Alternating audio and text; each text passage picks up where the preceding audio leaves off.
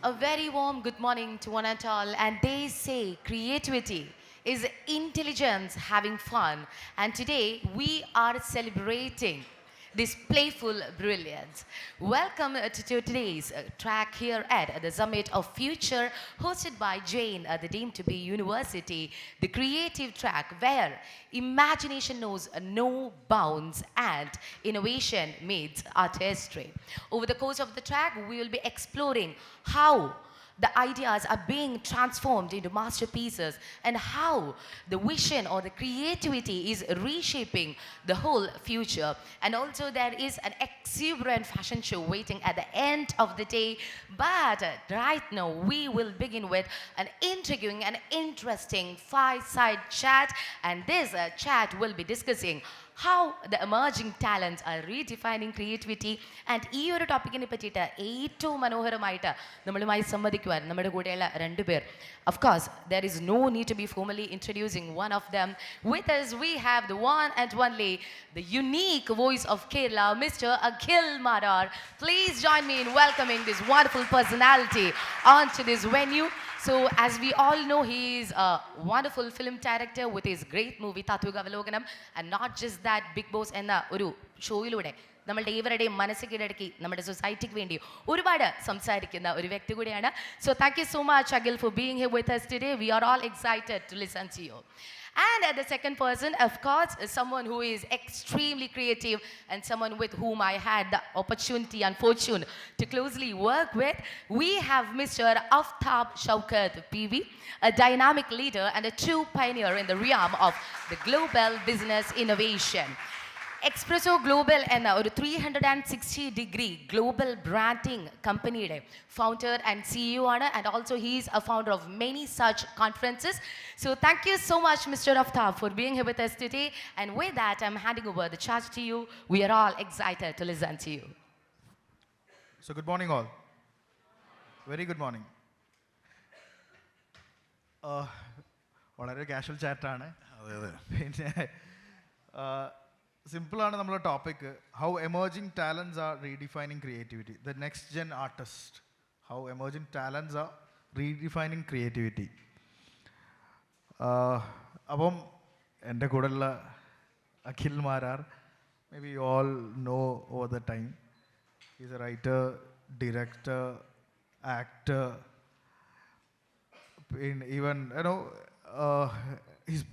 he speaks for the public, he speaks for the people. അപ്പോൾ അതിൽ actually ഈ ടോപ്പിക്കിന് ഏറ്റവും ആപ്റ്റ് ആയിട്ടുള്ള ഒരാളാണ് അഖിൽ മാരാർ.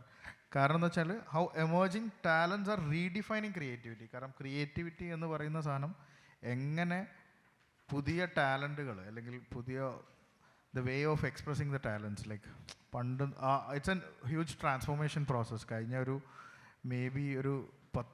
10 വർഷത്തിൻ്റെ ഇടയ്ക്ക് തന്നെ അതിൻ്റെ ഒരു ഹോളിസ്റ്റിക് ചേഞ്ച് ഭയങ്കരമായിട്ട് സംഭവിച്ചിട്ടുണ്ട്.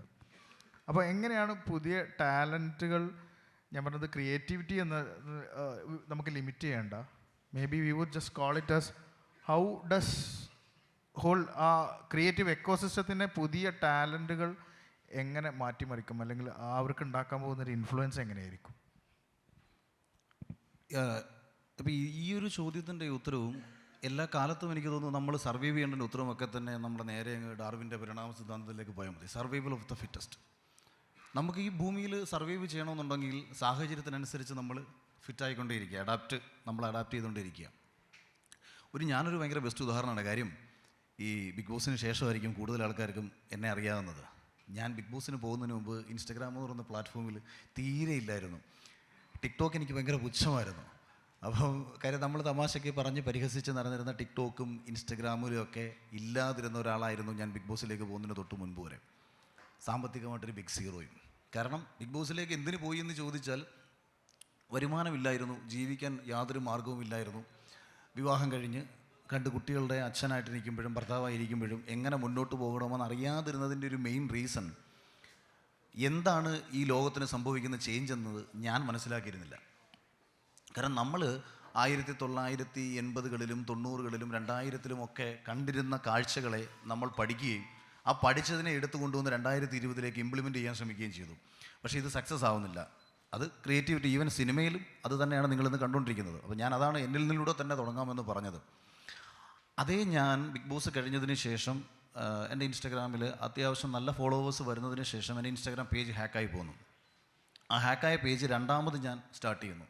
അതും ഇപ്പോൾ എനിക്ക് തോന്നുന്നു ഒരു 678K ഫോളോവേഴ്സും മറ്റുമായിട്ട് രണ്ടാമത് കിടപ്പുണ്ട്. പക്ഷേ എൻ്റെ കഴിഞ്ഞ ഒരു 1.5 വർഷത്തെ വരുമാനം അത്യാവശ്യം നല്ല രീതിയിൽ ഞാൻ സ്വന്തമായി ഫ്ലാറ്റ് വാങ്ങി, ഒന്നിലധികം ലക്ഷറി വാഹനങ്ങൾ വാങ്ങി, നല്ല രീതിയിൽ ജീവിക്കാനൊക്കെ കഴിയുന്നതിൻ്റെ പ്രധാന കാരണങ്ങളിലൊന്ന് ഈ കാലഘട്ടത്തിൻ്റെ സാധ്യതയെ ഞാൻ മനസ്സിലാക്കുകയും എങ്ങനെ ഈ ഇൻസ്റ്റഗ്രാമിലൂടെ നമ്മൾക്ക് വരുമാനം കണ്ടെത്താമെന്നുള്ള സാധ്യതയെ ഞാൻ വളരെ പോസിറ്റീവായിട്ട് മനസ്സിലാക്കി. പണ്ടൊരു ചൊല്ലുണ്ട്, നാണം കെട്ടും പണം നേടുകിൽ നാണക്കേടാ പണം മാറ്റിടും എന്നൊരു ചൊല്ലുണ്ട്. ഇന്ന് ഞാൻ അതിനെ ഒന്ന് മാറ്റുന്നു, നാണം കെട്ടും റീച്ച് നേടുകിൽ നാണക്കേടാ റീച്ച് മാറ്റിടും. അത് വളരെ മനോഹരമായും രസകരമായും കണ്ടെത്തിയ പുതുതലമുറ 10 വയസ്സ് മുതൽ ഒരുപാട് സമ്പാദിക്കാൻ തുടങ്ങുമ്പോൾ പരമ്പരാഗത ശൈലി പിന്തുടരുന്ന പലർക്കും ഇവരെ നോക്കി അസൂയപ്പെടാനേ കഴിയുന്നുള്ളൂ. അപ്പോൾ ഇതിന് ഇപ്പം നിങ്ങളെല്ലാവർക്കും ഒരു കണ്ടൻറ് ക്രിയേറ്റേഴ്സ് ആകാൻ കഴിയുമോ എന്ന് ചോദിച്ചാൽ എനിക്കറിയില്ല. പക്ഷേ നിങ്ങളുടെ എല്ലാവരുടെയും മുന്നിൽ സാധ്യതകളുണ്ട്. ഒരു മൊബൈൽ ഫോൺ ഉപയോഗിച്ച് ലക്ഷക്കണക്കിനും കോടിക്കണക്കിനും രൂപ സമ്പാദിക്കാൻ കഴിയാവുന്ന സാധ്യതകൾ നിങ്ങൾക്ക് മുന്നിലുണ്ട്.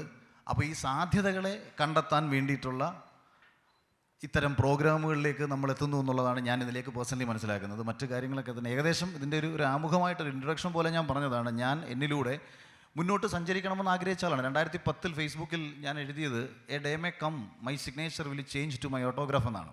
അപ്പോൾ അന്ന് ഓട്ടോഗ്രാഫിനായിരുന്നല്ലോ പ്രാധാന്യം. ഇപ്പോൾ അത് മാറി, ഇപ്പോൾ സെൽഫിയായി മാറി. ഇന്ന് എൻ്റെ ഫോട്ടോ മറ്റൊരാളുടെ പ്രൊഫൈൽ പിക്ചറായി മാറും.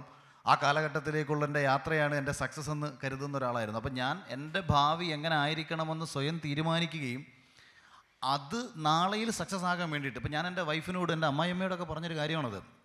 ഞാനൊരു ജോലി മേടിച്ചിട്ട് നിങ്ങളുടെ മകളെ കെട്ടി 1 വർഷം കഴിഞ്ഞിട്ട് എൻ്റെ സ്വപ്നങ്ങളും ആഗ്രഹങ്ങൾക്കും പിന്നാലെ പോകുമ്പോൾ ഈ ഇവളെ ഉപേക്ഷിച്ച് ഭ്രാന്ത് പിടിച്ച് നടക്കുന്നതിനെക്കാട്ടിയും നല്ലത് ആദ്യത്തെ ഒരു 3-4-5 വർഷക്കാലം ബുദ്ധിമുട്ടിയാലും ഭാവിയിൽ നിങ്ങൾക്ക് അഭിമാനിക്കത്തക്ക ഒരു മരുമകനായും എൻ്റെ ഭാര്യയ്ക്ക് അഭിമാനിക്കത്തക്ക ഭർത്താവായും എൻ്റെ മക്കൾക്ക് അഭിമാനിക്കത്തക്ക അച്ഛനായും വരണമെങ്കിൽ ഭാവിയുടെ സാധ്യതകളെ മുൻകൂട്ടി മനസ്സിലാക്കി അതിലേക്ക് എത്താൻ വേണ്ടിയിട്ടൊരു യാത്ര നമ്മൾ നേരത്തെ തുടങ്ങണം. ഫ്യൂച്ചർ എന്താണെന്ന് നമുക്ക് ഇപ്പോഴും അറിയില്ല. അപ്പം നല്ല നാളേക്ക് വേണ്ടിയിട്ടുള്ള തീരുമാനങ്ങൾ നിങ്ങൾ ഇന്നെടുക്കണം. ഇന്നെടുക്കുന്ന തീരുമാനങ്ങളാണ് നാളെയിൽ നിങ്ങൾ ആരാകണമെന്ന് തീരുമാനിക്കുന്നത്. അതിനുള്ള ഏറ്റവും ബെസ്റ്റ് പ്ലാറ്റ്ഫോമായിട്ടാണ് ജെയിൻ യൂണിവേഴ്സിറ്റിയുടെ ഈ സമ്മിറ്റ് ഓഫ് ഫ്യൂച്ചറിനെ ഞാൻ കാണുന്നതും. അത് ഞാൻ സംസാരിക്കുക എന്നുള്ളതല്ല, എന്നെ സംബന്ധിച്ച് കൂടുതൽ പഠിക്കാനുള്ളൊരു സ്പേസ് കൂടിയാണ്. നിങ്ങളിൽ നിന്നും ഇവരിൽ നിന്നും ചുറ്റുപാടിൽ നിന്നുമൊക്കെ പഠിക്കാനുള്ളൊരു വലിയ സ്പേസ് കൂടിയായിട്ടാണ് ഞാനിതിനെ കാണുന്നത്. വളരെ മനോഹരമായിട്ട് അഖിൽ അതിനെ ഡിഫൈൻ ചെയ്ത് തന്നു. അപ്പം അതിൽ പറഞ്ഞൊരു സാധനം 10 വയസ്സ് മുതൽ പീപ്പിൾ സ്റ്റാർട്ട് ഏർണിങ് ഇൻകം എന്നില്ല. അപ്പോൾ the emerging of new talents, ഞാൻ പറഞ്ഞത് ഇപ്പോഴത്തെ കാലഘട്ടത്തിൽ, ഈ ഒരു കാലഘട്ടത്തിൽ, കാരണം this is the most luckiest people. നമ്മൾ ഇത്രയും കാലം ലോകത്ത് ജീവിച്ചതിൽ ഏറ്റവും luckiest people in this world എന്ന് പറയുന്നത് മേ ബി ഇതായിരിക്കും. കാരണം ജെൻസി. കാരണം you should be very happy about. കാരണം എനിക്കൊരു കസിൻ സിസ്റ്റർ ഉണ്ട്, മിൻഷാസ് വേൾഡ്, മിൻഷ എന്ന് പറഞ്ഞിട്ട്. അവൾ started youtubing at the age of 7. അപ്പം ആക്ച്വലി ഇവിടെ ഒരു 8-9 വയസ്സായപ്പം, ഒരു 9 വയസ്സ് ഞാൻ റിമെമ്പർ, എൻ്റെ കസിൻ്റെ ഒരു കല്യാണത്തിന് പോയിട്ട് ക്യാമറാമാൻ്റെ അടുത്ത്, എനിക്ക് തോന്നുന്നു ഇവിടെ ആരെങ്കിലും ഉണ്ടാവും ആ ക്യാമറ ടീം, ഫാരിസിൻ്റെ ടീമാണെന്ന് തോന്നുന്നുണ്ട്. ഫാരിസിൻ്റെ ഒരു ചാനൽ, എടാ എനിക്കൊരു ക്യാമറ വാങ്ങണം, ഏതാ ക്യാമറ നല്ലത്? അപ്പോൾ അവളോട് ചോദിച്ചു എത്രയാണ്. അപ്പോൾ അവളോട് I was standing next to them, എത്രയാണ് മോളെ ബഡ്ജറ്റ്? അവളൊരു 1.5 lakhs to 2.5 lakhs. ക്യാമറക്കാരൻ വെള്ളം നോക്കിയിട്ട് ഞെട്ടി. അപ്പോൾ actually she started earning around 2.5 to 3 lakhs at the age of ഒരു 7-8 ആയപ്പോഴേക്കും ഇവൾ യൂട്യൂബ് ചാനൽ കത്തിയിട്ട് ഇവൾ 2.5 ലക്ഷം 3 ലക്ഷം രൂപ ആവറേജ് മന്ത്ലി ഇൻകം. അവളെ അച്ഛനോ അല്ലെങ്കിൽ അവളെ ഫാദർ, എൻ്റെ അങ്കിളൊക്കെ കഷ്ടപ്പെട്ട് മറ്റേ 10-20 വർഷം വർക്ക് ചെയ്ത് ഇപ്പോഴും ചിലപ്പോൾ 1 ലക്ഷം 2 ലക്ഷം ഉണ്ടാക്കാൻ പറ്റുന്നില്ല. So that's a world we are dreaming. അപ്പോൾ എമേർജിങ് ടാലൻസ്, നേരത്തെ ഇപ്പോൾ പറഞ്ഞ ക്വസ്റ്റ്യൻ ഒരു ആൻസറാണ്. സോ ഇതുപോലെ നമുക്ക് ഈ കുഡ് ചേഞ്ച് ദ വേൾഡ് അല്ലേ. ഞാൻ പറഞ്ഞത് അതിലേറ്റവും ഒരു ഇമ്പോർട്ടൻ്റ് ആയി പറഞ്ഞ ആ ഒരു ചേഞ്ച് ഉണ്ടായിരുന്നല്ലോ. കാരണം ഞാൻ പറഞ്ഞത് നിങ്ങൾ മൂവീനെ ഫോക്കസ് ചെയ്ത സമയം, ഇനിയിപ്പം ലേറ്റസ്റ്റ് ആയിട്ട് പറഞ്ഞല്ലോ, നമ്മൾ മറ്റേ ധോണിയുടെ കൂടെ ഒരു ആഡിൽ അഭിനയിച്ചു. പിന്നെ അതുകൂടാതെ ഒരു മൂവി ഐ തിങ്ക് അഭിനയിച്ചു കഴിഞ്ഞ് റിലീസിന് പോസ്റ്റ് പ്രൊഡക്ഷനോടെയും കഴിഞ്ഞ ഷൂട്ടിലേക്ക് പോവാം. അപ്പം കാരണം ഈ ഒരു ട്രാൻസിഷൻ എങ്ങനെയായിരുന്നു? കാരണം ഈ ജെൻസി ആയിട്ട് നേരത്തെ പറഞ്ഞ ഒരു ബിഗ് ബോസ് പോകുന്നത് വരെ ഇൻസ്റ്റാഗ്രാമിലില്ലായിരുന്നു, അല്ലെങ്കിൽ ടിക്ടോക്കിലില്ലായിരുന്നു. എങ്ങനെയാണത് റിയലൈസ് ചെയ്തത്? ഏത് മൊമെൻറ്റിലാണ് അത് റിയലൈസ് ചെയ്തത്? ഇങ്ങനെ ഈ ഒരു ചേഞ്ച്, അല്ലെങ്കിൽ ഞാൻ മാറണം, അല്ലെങ്കിൽ ഏത് മൊമെൻറ്റിലാണ് അത് പെട്ടെന്ന് തിരിച്ചറിവ് വന്നത്? കാരണം അഖിൽ പൊതുവെ എല്ലാത്തിനും വളരെ പുച്ഛത്തോടു കൂടി കാണുന്ന ഒരാളാണ് ആണല്ലോ. ഈ ബിഗ് ബോസ് പോകുന്നതിന് മീൻസ്, പക്ഷെ അത് പറയാൻ മടിയില്ലാത്ത ഒരാളാണ്. ഏത് ഞാൻ പണ്ട് എന്തിലും ഞാൻ പറഞ്ഞല്ലോ, ഇപ്പം ഈ നാണം കെട്ടും റീച്ച് നേടുകയിൽ നാണക്കേട റീച്ച് മാറ്റം, ഇതിനോട് എനിക്ക് യോജിപ്പില്ല. നമുക്ക് ക്വാളിറ്റിയോട് കൂടി സഞ്ചരിക്കുക എന്ന് പറയുന്നൊരു സാധനമാണ്. പക്ഷേ റിയാലിറ്റിയിൽ അതിന് പൊരുത്തമൊന്നുമില്ല. ഇപ്പം നമുക്ക് എന്തും വിറ്റഴിക്കപ്പെടാൻ പറ്റുന്ന കാലഘട്ടത്തിൽ വിറ്റഴിക്കാൻ സാധ്യതയുള്ള മാർക്കറ്റിങ്ങിൽ ഏറ്റവും മനോഹരമായി എന്തും വിറ്റഴിക്കാം. പക്ഷേ അവിടെ ഞാൻ എൻ്റെ ഒരു എത്തിക്സ് കീപ്പ് ചെയ്യാൻ ശ്രമിക്കുന്നു എന്നുള്ളതേ ഉള്ളൂ. ഇപ്പം പൊളിറ്റിക്സ് ആയാലും സിനിമയായാലും ഇപ്പം നമ്മൾ എന്തുകൊണ്ടാണ്, ഞാനൊരു രസകരമായ ഒരു പേഴ്സണൽ അനുഭവം പറയാം. ഞാൻ ഹൈദരാബാദ് എയർപോർട്ടിൽ നിന്നപ്പോൾ അപ്പം അവിടെ കുറച്ച് മലയാളീസ് എന്നെ കണ്ടിട്ട് എൻ്റെ കൂടെ നിന്ന് ഇങ്ങനെ ഫോട്ടോസൊക്കെ എടുത്തു. അപ്പോൾ അവിടുത്തെ CRPF ഒരു സർക്കിള് പുള്ളി ഇങ്ങനെ ശ്രദ്ധിക്കുന്നുണ്ട്. കാരണം നമ്മളിവിടെ സെൽഫി എടുക്കുമ്പോൾ ഈ പുള്ളി ഞാൻ ആരാണ്. അപ്പോൾ ഞാനിങ്ങനെ സെക്യൂരിറ്റി ചെക്കിങ് കഴിഞ്ഞ് വന്ന് പുള്ളി എൻ്റെ അടുത്ത് ചോദിച്ചു, ആർ യു സെലിബ്രിറ്റി? അപ്പോൾ ഞാൻ പറഞ്ഞു, ഇതെനിക്ക് ബിഗ് ബോസ് വിന്നറാണ്. അപ്പം പുള്ളി, Bigg Boss it's a very cheap show, I didn't like it. എന്നിട്ട് പുള്ളി ഏജൊക്കെ പറഞ്ഞിട്ട്, the last 18 years I never watch this film, അല്ല ദിസ് ഷോ. എന്നിട്ട് ഈ കണ്ടസ്റ്റൻസിനെ കുറിച്ച് പുള്ളി ഇങ്ങനെ ഇച്ചിരി പുച്ഛത്തോടൊക്കെ സംസാരിച്ചു. അപ്പം ഞാൻ പുള്ളിയോട് പറഞ്ഞു, അപ്പം പുള്ളി CRPF സർക്കിളാണ്. അപ്പം ഞാൻ പറഞ്ഞു, സാറേ CRPF ഏതെങ്കിലും ഒരു ഉദ്യോഗസ്ഥൻ എവിടെങ്കിലും ഒരു പെൺകുട്ടിയെ പീഡിപ്പിച്ചതിൻ്റെ പേരിൽ CRPF മൊത്തത്തിൽ ഞാൻ മോശക്കാരാക്കി കഴിഞ്ഞാൽ എങ്ങനെ ഇരിക്കും? ഞാൻ നാളെ സാറിനോടൊന്ന് സംസാരിക്കുമ്പോൾ CRPF അത് പണ്ടിങ്ങനെ നമ്മൾ കേട്ടിട്ടുണ്ടല്ലോ. അപ്പം പുള്ളി, സാറ് ക്രിക്കറ്റ് കാണാറുണ്ടോ? ഞാൻ പുള്ളി ഉള്ളുണ്ട്. സച്ചിൻ ടെണ്ടുൽക്കർ ഉണ്ടായതുകൊണ്ടല്ലേ ഒരു പക്ഷേ നമ്മളൊക്കെ ക്രിക്കറ്റിലേക്ക് നമ്മുടെ തലമുറ, അതിന് മുമ്പ് കപിൽ ദേവിനെ പോലുള്ള ആൾക്കാരുണ്ടായിരുന്നു. അപ്പോൾ അവർ സ്മരിക്കുകയല്ല, എൻ്റെ ഒരു തലമുറയ്ക്ക് സച്ചിനായിരുന്നു വലുത്. അപ്പോൾ സച്ചിനെ കണ്ടാണ് നമ്മൾ ക്രിക്കറ്റ് സ്നേഹിച്ചു തുടങ്ങിയത്. മോഹൻലാലിനെയും മമ്മൂട്ടിയെയും കണ്ടാണ്, അല്ലെങ്കിൽ അവർക്ക് ലഭിക്കുന്ന ആദരവുകൾ കണ്ടിട്ടാണ് നമ്മൾ സിനിമയിലേക്ക് എത്താൻ നമ്മൾ ആഗ്രഹിച്ചത്. അതായത് ഒരു വ്യക്തിക്ക്, അതുപോലെ പൊളിറ്റിക്സ് പറയുമ്പോൾ നമ്മളിപ്പോൾ ഇന്ദിരാഗാന്ധി, ഇപ്പം അപ്പോൾ അതിൻ്റെ കൂട്ടത്തിൽ ഈ വിഷണറി ആയിട്ടുള്ള പൊളിറ്റീഷ്യൻസിനെ കുറിച്ച് നമ്മൾ സത്യത്തിലൂടെ സംസാരിക്കേണ്ടിയിരിക്കുന്നു. അപ്പോൾ ഇതെല്ലാം നമ്മൾ ആ മേഖലയിലേക്ക് എത്താൻ ആഗ്രഹിച്ചത് ആ മേഖലയിൽ വ്യക്തികൾ ഉണ്ടാക്കിയിട്ടുള്ള ചേഞ്ചുകളിലൂടെയാണ്. ഇപ്പം ഞാൻ ബിഗ് ബോസിനെ കണ്ടത്, ബിഗ് ബോസ് പുറത്തേക്ക് എത്തിയത് വ്യക്തികൾ സമൂഹത്തിലുണ്ടാക്കിയ നെഗറ്റീവുകളിലൂടെയാണ്. സ്വാഭാവികമായിട്ടും എനിക്ക് നെഗറ്റീവേ തോന്നൂ, അതിനെ മാറ്റിയെടുക്കുക എന്നതാണ് എൻ്റെ ഉത്തരവാദിത്വം. അപ്പം അഖിൽമാരാർ ബിഗ് ബോസിൽ പോയിട്ട് പുറത്തിറങ്ങിയിട്ട് നടറോട്ടി കിടന്ന് കൂവുകയും അല്ലെങ്കിൽ മറ്റെന്തെങ്കിലും പരിഹാസം കാണിക്കുകയും അല്ലെങ്കിൽ കോമാളിത്തരങ്ങൾ കാണിച്ച് ശ്രദ്ധ നേടാൻ ശ്രമിക്കുകയും ചെയ്താൽ ഞാൻ നാറുന്നതിനോടൊപ്പം ആ ഷോയും നാറും. അതുണ്ടാവാതിരിക്കാൻ ശ്രമിക്കുക എന്നുള്ളത് മാത്രമേ എനിക്ക് ചെയ്യാൻ പറ്റൂ. അപ്പം ആ ഒരു ചേഞ്ച് എല്ലാ മേഖലയിലും ഞാൻ എക്സ്പെക്ട് ചെയ്യുന്നൊരു സാധനമാണ്. അത് എൻ്റെ ഒരു എത്തിക്സാണ്. അതില്ലെങ്കിലും നമുക്ക് മുന്നോട്ട് പോയതിലൊന്നും ഒരു കാര്യമില്ല. ഞാനീ പറയുന്നതിനകത്ത് ബേസിക്കലി ഒരു കാര്യമില്ല, അതെൻ്റെ ഒരു പേഴ്സണൽ തോട്ടാണ്. പക്ഷേ എൻ്റെ സ്വപ്നങ്ങൾക്കും ആഗ്രഹങ്ങൾക്കും പിന്നാലെ നടന്നു എന്ന് പറയുമ്പോൾ ഞാൻ ലോകത്ത് ആരാധിക്കുന്ന ഒരേ ഒരു വ്യക്തിത്വം മഹേന്ദ്ര സിംഗ് ധോണി മാത്രമാണ്. വേറെ ആരോടും എനിക്ക് ആരാധനയൊന്നുമില്ല. ഇഷ്ടവും സ്നേഹവും ബഹുമാനവും ഒക്കെ തോന്നാറുണ്ട്. സച്ചിനോട് വല്ലാത്ത സ്നേഹവുമാണ്. അതെന്താ വ്യത്യാസം എന്ന് വെച്ചാൽ, സച്ചിനൊരു അസാമാന്യ പ്രതിഭയാണ്, ഇൻബോൺ ടാലൻ്റാണ് അദ്ദേഹം.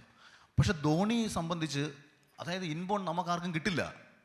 ഇപ്പം എൻ്റെ അച്ഛനും അമ്മയും എന്നെ ജനിപ്പിച്ച സമയത്ത് ഉണ്ടായിട്ടുള്ള സർഗാത്മകമായ കഴിവുകൾ മാത്രമേ എനിക്ക് പരിപോഷിപ്പിച്ചെടുക്കാൻ പറ്റൂ. അല്ലാതെ ഞാൻ ഇവിടെ വന്നിരുന്നിട്ട് സംസാരിക്കുന്ന സമയത്ത് ഞാൻ പാടിക്കഴിഞ്ഞാൽ നിങ്ങളുടെ ഒന്ന് കൂവും. അപ്പോൾ ആ വ്യത്യാസമുണ്ട്. അപ്പോൾ അത് സ്വയം ഞാൻ തിരിച്ചറിയണം. പാടുകയല്ല വേണ്ടത്. അപ്പോൾ അവിടെ ഓക്കെ, സംസാരിക്കാൻ കഴിവുണ്ടെങ്കിൽ സംസാരിക്കാം. അപ്പം ഞാൻ പറഞ്ഞത്, എന്നെ സ്വയം തിരിച്ചറിയുമ്പോൾ എന്നെ മോൾഡ് ചെയ്തെടുക്കാൻ പറ്റുന്നത് ആരിലൂടെ ആവണമെന്ന് ഞാൻ നോക്കുമ്പോൾ, ധോണിയുടെ തീരുമാനങ്ങൾ, പ്രതിസന്ധികളെ അയാൾ അതിജീവിക്കുന്ന രീതികൾ, ഞാൻ ഏതാണ്ട് 93 കാലഘട്ടം തൊട്ട് ക്രിക്കറ്റ് കാണാൻ തുടങ്ങുകയും ഇന്നും അന്നത്തെ കാലഘട്ടത്തിലെ ക്രിക്കറ്റുകൾ എനിക്ക് ഓർമ്മയും ഉണ്ടെന്നുള്ളതാണ്. ഇന്ന് എന്നെ ഒരു ക്രിക്കറ്റ് പ്ലെയർ കൂടിയാണ് അല്ലേ? ചെറിയ രീതിയിൽ ഇപ്പം CCBയിലൊക്കെ കളിക്കാറുണ്ട്. കോളേജ് ക്രിക്കറ്റിംഗ് ക്യാപ്റ്റനും ഒക്കെ ആയിരുന്നു. അത്യാവശ്യം പേസൊക്കെ എറിയുന്നൊരു കാലഘട്ടമൊക്കെ ഉണ്ടായിരുന്നു കോളേജിലൊക്കെ പഠിക്കുന്ന സമയത്ത്. അപ്പം പക്ഷേ ഞാൻ ഭയങ്കരമായിട്ട് സ്നേഹിച്ചിരുന്നൊരു മേഖലയാണ്. നമ്മളിത് നമ്മുടെ വിഷയത്തിൽ നിന്ന് വ്യതിചലിച്ച് പോകില്ല. പക്ഷേ നിങ്ങൾക്കൊരു പക്ഷേ രസകരമായിട്ട് തോന്നും, അല്ലെങ്കിൽ നിങ്ങളുടെ ജീവിതത്തിൽ നിങ്ങൾക്ക് പകർത്താം എന്ന് തോന്നിയേക്കുന്ന ചില മൊമെൻറ്റ്സാണ് ഞാനീ പറയുന്നത്. അങ്ങനെ വല്ലാതെ ധോണിയെ ആരാധിച്ചിരുന്നൊരു ഞാൻ പലരിലൂടെയും ധോണിയെ കാണാൻ വേണ്ടിയിട്ട് ഞാൻ ശ്രമിച്ചുകൊണ്ടേയിരുന്നു. എപ്പോഴെങ്കിലും ധോണിയെ ഒന്ന് മീറ്റ് ചെയ്യാൻ പറ്റും. കാരണം എനിക്ക് ഒരുപാട് സുഹൃത്തുക്കൾ KCL ഉണ്ട്, പ്രൊഫഷണൽ ക്രിക്കറ്റ് കളിക്കുന്ന ആൾക്കാരുണ്ട്, MRFിൻ്റെ അസിസ്റ്റൻറ്റ് കോച്ചും ഞാനും ഒരുമിച്ച് ക്രിക്കറ്റ് കളിച്ച് ഒരു ക്ലബ്ബിൽ ക്രിക്കറ്റ് കളിച്ചവരാണ്. MRF ബേസ് ഫൗണ്ടേഷൻ ചെന്നൈയുടെ മകരാത്താണ് അതിൻ്റെ കോച്ച്. അദ്ദേഹം അസിസ്റ്റൻറ്റ് കോച്ചാണ്, സുനിൽ സാം എന്ന് പറയും. അപ്പോൾ സുനിലിനോട് ഞാൻ ചോദിച്ചിട്ടുണ്ട് എന്തെങ്കിലും സാധ്യത ഉണ്ടോ ധോണിയെ കാണാൻ. അതുപോലെ കേരള ക്രിക്കറ്റ് ടീമില്ല. പക്ഷേ ഒരു സാധ്യതയും ഇല്ലിരിക്കെ എനിക്ക് IPL കമൻട്രി പറയാൻ വേണ്ടിയിട്ടൊരു അവസരം കിട്ടി ഈ കഴിഞ്ഞൊരു വർഷം മുമ്പ്. അങ്ങനെ ഞാൻ മുംബൈയിൽ ജിയോ സ്റ്റുഡിയോയിൽ ചെന്നു. അപ്പോൾ അവിടെയോട് ഞാൻ പറയുന്നത്, നിങ്ങൾ എനിക്ക് ₹1 തന്നില്ലെങ്കിലും വേണ്ടിയില്ല, എങ്ങനെയെങ്കിലും ധോണി ഒന്ന് കാണാനുള്ള ഒരവസരം നിങ്ങൾ ഉണ്ടാക്കി തന്നാൽ മതി. അപ്പം ഞാൻ താമസിക്കുന്നത് ചെന്നൈ അല്ല നമ്മളെ മുംബൈ താജ് ഹോട്ടലാണ്. സെയിം ഹോട്ടലിലാണ് ധോണി എപ്പോൾ വന്നാലും താമസിക്കുന്നത്. അദ്ദേഹത്തിന് അവിടെ ഒരു റൂം എപ്പോൾ വന്നാലും പുള്ളിയുടെ ഒരു ഏരിയ ഉണ്ട്. എനിക്കൊന്ന് 17ാമത്തെ ഫ്ലോറോ മറ്റോ ആണെന്ന് തോന്നുന്നു അവിടുത്തെ. അപ്പോൾ അവിടെ ധോണിയുണ്ട്. അങ്ങനെ ഞാൻ ചെന്നൈ ടീം മാനേജറെ കോൺടാക്ട് ചെയ്തു, വേറൊരാൾ വഴി കോൺടാക്ട് ചെയ്തു. അപ്പോൾ ചെന്നൈ ടീം മാനേജർ പറഞ്ഞു, ഇന്ത്യൻ പ്രസിഡൻറ്റിനെ ഞാൻ വേണമെങ്കിൽ മീറ്റ് ചെയ്ത് തരാം, പക്ഷേ മാച്ച് നടക്കുന്ന സമയത്ത് ധോണി ഭായിയെ കാണുന്ന അത്ര എളുപ്പമല്ലെന്ന് പറഞ്ഞു. അപ്പോൾ ഞാൻ ഹോട്ടലിലുണ്ട്. അപ്പോൾ ഞാൻ എന്നിട്ട് വൈകുന്നേരം ഒരു ദിവസം ഹോട്ടലിൽ വന്നപ്പം ഭയങ്കര ആൾക്കൂട്ടം. ഈ സാധാരണ നമ്മൾ ലുലു മാളിലോ അല്ലെങ്കിൽ ഒരു ഓപ്പൺ ഗ്രൗണ്ടിലോ ഒക്കെ ആൾക്കൂട്ടം ഉണ്ടാകുന്നത്, ഒരു ആർട്ടിസ്റ്റ് വന്ന് ആൾക്കൂട്ടം ഉണ്ടാകുന്നത് മനസ്സിലാക്കാം. പക്ഷേ ഏറ്റവും സുരക്ഷിതമായ മുംബൈ താജ് ഹോട്ടലിൽ ഒരു വലിയ ആൾക്കൂട്ടം. തമാശയ്ക്ക് നമുക്ക് ചിന്തിക്കാം, വീണ്ടും വല്ല ബോംബ് സ്ഫോടനമോ ഒക്കെ നടന്നിട്ടുണ്ടോ എന്ന് ചിന്തിക്കാം. പക്ഷേ ഇവർ ധോണി, അവർ ചെന്നൈ ടീം വന്നതിനെ കാണാൻ വേണ്ടിയിട്ട്, ധോണിയെ കാണാൻ വേണ്ടിയിട്ട് പുറത്തുനിന്ന് വലിയ ക്രൗഡ് അവിടെ വന്ന് നിൽക്കുകയാണ്. അങ്ങനെ ഈ ആൾക്കൂട്ടത്തിൻ്റെ ഇടയിൽ നിന്നുകൊണ്ട് ഒരു മിന്നായം പോലെ ഇയാളിങ്ങനെ ലിഫ്റ്റിലേക്ക് കയറി പോകുന്നത് ഞാൻ കണ്ടു. അപ്പോഴും നിരാശ. അങ്ങനെ ഇരുന്ന് എനിക്ക് ധോണിക്കൊപ്പം ഒരു ദിവസം ഫുൾ ഡേ ചിലവഴിച്ച് ധോണിയുടെ കൂടെ ഒരു ആഡ് ചെയ്യാനുള്ളൊരു ഭാഗ്യം ലഭിക്കുക എന്ന് പറഞ്ഞാൽ അത് ഞാൻ അത്രയും പിന്നാലെ നടന്നിട്ടാണ്. അത് രസം എന്ന് വെച്ചാൽ മലയാളത്തിൽ നിന്ന് പറയുമ്പോൾ തള്ളല്ല കേട്ടോ, യാഥാർത്ഥ്യമാണ്. ഞാനും ലാലേട്ടനും മാത്രമേ ധോണിയുടെ കൂടെ സ്ക്രീൻ ഷെയർ ചെയ്ത് ആഡ് ചെയ്തിട്ടുള്ളൂ. അപ്പോൾ അത് പുറത്ത് വരും. അപ്പോൾ ഈ സ്വപ്നങ്ങൾക്ക് പിന്നാലെയുള്ള എൻ്റെ യാത്രകൾ നേടിയെടുക്കാൻ വേണ്ടി ഞാൻ ശ്രമിച്ചുകൊണ്ടേയിരിക്കും. ഇപ്പം കുറേ ആൾക്കാർ, നിങ്ങൾ ഒരുപാട് പേര് സ്വപ്നം കാണും, സ്വപ്നം കണ്ടിട്ട് കിടന്നുറങ്ങരുത്. എനിക്കൊരു സുഹൃത്തുണ്ടായിരുന്നു, പുള്ളി ഇന്ന് കേരളത്തിൽ അറിയപ്പെടുന്നൊരു മാധ്യമപ്രവർത്തനാണ്, സ്റ്റേറ്റ് അവാർഡൊക്കെ വാങ്ങിയൊരു മാധ്യമപ്രവർത്തനാണ്. പണ്ട് ഇവൻ്റെ ഒരു ഡയറി കുറിപ്പ് എനിക്ക് കിട്ടി. അപ്പം ഞങ്ങളിവനെ ഇങ്ങനെ കളിയാക്കും, പലതവണ കളിയാക്കലൊക്കെ കേട്ടിട്ടായിരിക്കണം കക്ഷിക്ക് മാധ്യമപ്രവർത്തനമാവണം. അപ്പം വിഷ്വൽ മാധ്യമം, ഇവനൊരു ചെറിയ കോങ്കണ്ണെന്ന് പറയും, കണ്ണിനൊരു ചെറിയ മാറ്റമുണ്ട്. അപ്പം ഈ പുള്ളിയുടെ ഇത് കാരണം എങ്ങനെയാണ് പുള്ളി വിഷ്വൽ മീഡിയയിൽ മാധ്യമപ്രവർത്തനമാകുന്നതെന്ന് നമ്മൾ കളിയാക്കും. അങ്ങനെ ഇവൻ്റെ ഒരു ഡയറി ഗ്രൂപ്പ്, കാര്യം ഇവൻ എൻ്റെ സീനിയർ പഠിച്ചതാണ്. അപ്പോൾ ഇവൻ്റെ ഡയറി ഗ്രൂപ്പ് ഇങ്ങനെയാണ്: ജീവിതം ആകെ പടുകുഴിയിലേക്ക് പോയിക്കൊണ്ടിരിക്കുകയാണ്, എല്ലാവരും പരിഹസിക്കുന്നു, മുന്നോട്ട് പോകാൻ ഒരു മാർഗവും ഇല്ല, ഞാൻ നശിക്കത്തില്ല, ഞാൻ തിരിച്ചു വരും, ഉറപ്പായിട്ട് ഞാൻ തിരിച്ചു വരും എന്നൊക്കെ കുറച്ച് എഴുതിയിട്ട് 5-6 കുത്ത് കഴിഞ്ഞിട്ട് പിന്നെ ഒരു ചീത്ത, ഞാൻ ഉപ്പ് കിടന്നുറങ്ങാൻ പോകുന്നു, അല്ലെങ്കിൽ വേണ്ടെന്ന് പറഞ്ഞിട്ട് പുള്ളി തന്നെ അടിയിലെഴുതി കൺക്ലൂഡ് ചെയ്തിട്ട്. പക്ഷേ പുള്ളി വേറെ ലെവലിലെത്തി. ഞാൻ പറയുന്നത് അങ്ങനെ ആയാൽ നമുക്ക് മുന്നോട്ട് പോകാൻ പറ്റില്ല, തീരുമാനങ്ങൾ എടുക്കാൻ കഴിയണം. ഇപ്പം ലൈഫിൽ ഞാൻ മാത്രം സംസാരിക്കുന്നുണ്ട്, കുഴപ്പമില്ലല്ലോ. ഞാൻ വന്നപ്പോൾ ആ കോൺഫിഡൻസിലാണ് ഞാൻ വന്നത്. ഒരു 3 ചോദ്യം, ആ ഉത്തരം കഴിയുമ്പോഴേക്കും നമ്മൾ ടൈം കഴിഞ്ഞിട്ടുണ്ടാവും. അല്ല, ഇതിൽ രസകരമായിട്ടുള്ള കുറച്ച് കാര്യങ്ങൾ സംസാരിക്കണം തോന്നിയോണ്ട് പറഞ്ഞതാണ് ഈ അവസരത്തിൽ. ഇപ്പം നമ്മൾ ഭാവിയെക്കുറിച്ച് പറയുമ്പോൾ നമ്മൾ ഇപ്പോഴത്തെ നമ്മളെങ്ങനെ ആയി എന്നുള്ളത് നമ്മളൊന്ന് ചിന്തിക്കേണ്ടത്. അല്ല, ആക്ച്വലി മേ ബി പൊതുവെ പോയി കാണുന്ന ഉദ്ഘാടനത്തിൽ പോയി സംസാരിക്കുന്നതിനേക്കാളും അല്ലാത്ത പ്ലാറ്റ്ഫോമിൽ പോയി സംസാരിക്കുന്നത് മേ ബി ഒരു റിയൽ ഇൻസ്പിറേഷനോട് കൂടി വളരെയധികം താല്പര്യത്തോടു കൂടി ചിലപ്പോൾ ഇങ്ങനെ കുട്ടികളെ കാണുമ്പോഴായിരിക്കും നിങ്ങൾക്ക് സംസാരിക്കാൻ തോന്നുന്നത്. അല്ല, ഒരു മോട്ടിവേറ്റ് ചെയ്യാനോ ഇൻസ്പയർ ചെയ്യാനോ.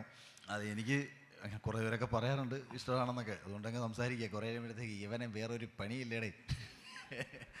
അതല്ല, അങ്ങനെയല്ല ഞാൻ പറഞ്ഞത്. കടന്നു വന്ന വഴികൾ, ഇപ്പം നിങ്ങൾ കുറച്ച് പേർക്ക് എൻ്റെ കുറേ റീൽസ് കണ്ടിട്ടുണ്ടായിരിക്കും, കുറച്ച് പേര് എന്നെ വിമർശിക്കുന്നവരായിരിക്കും, കുറച്ച് പേർക്ക് ഇഷ്ടമല്ല.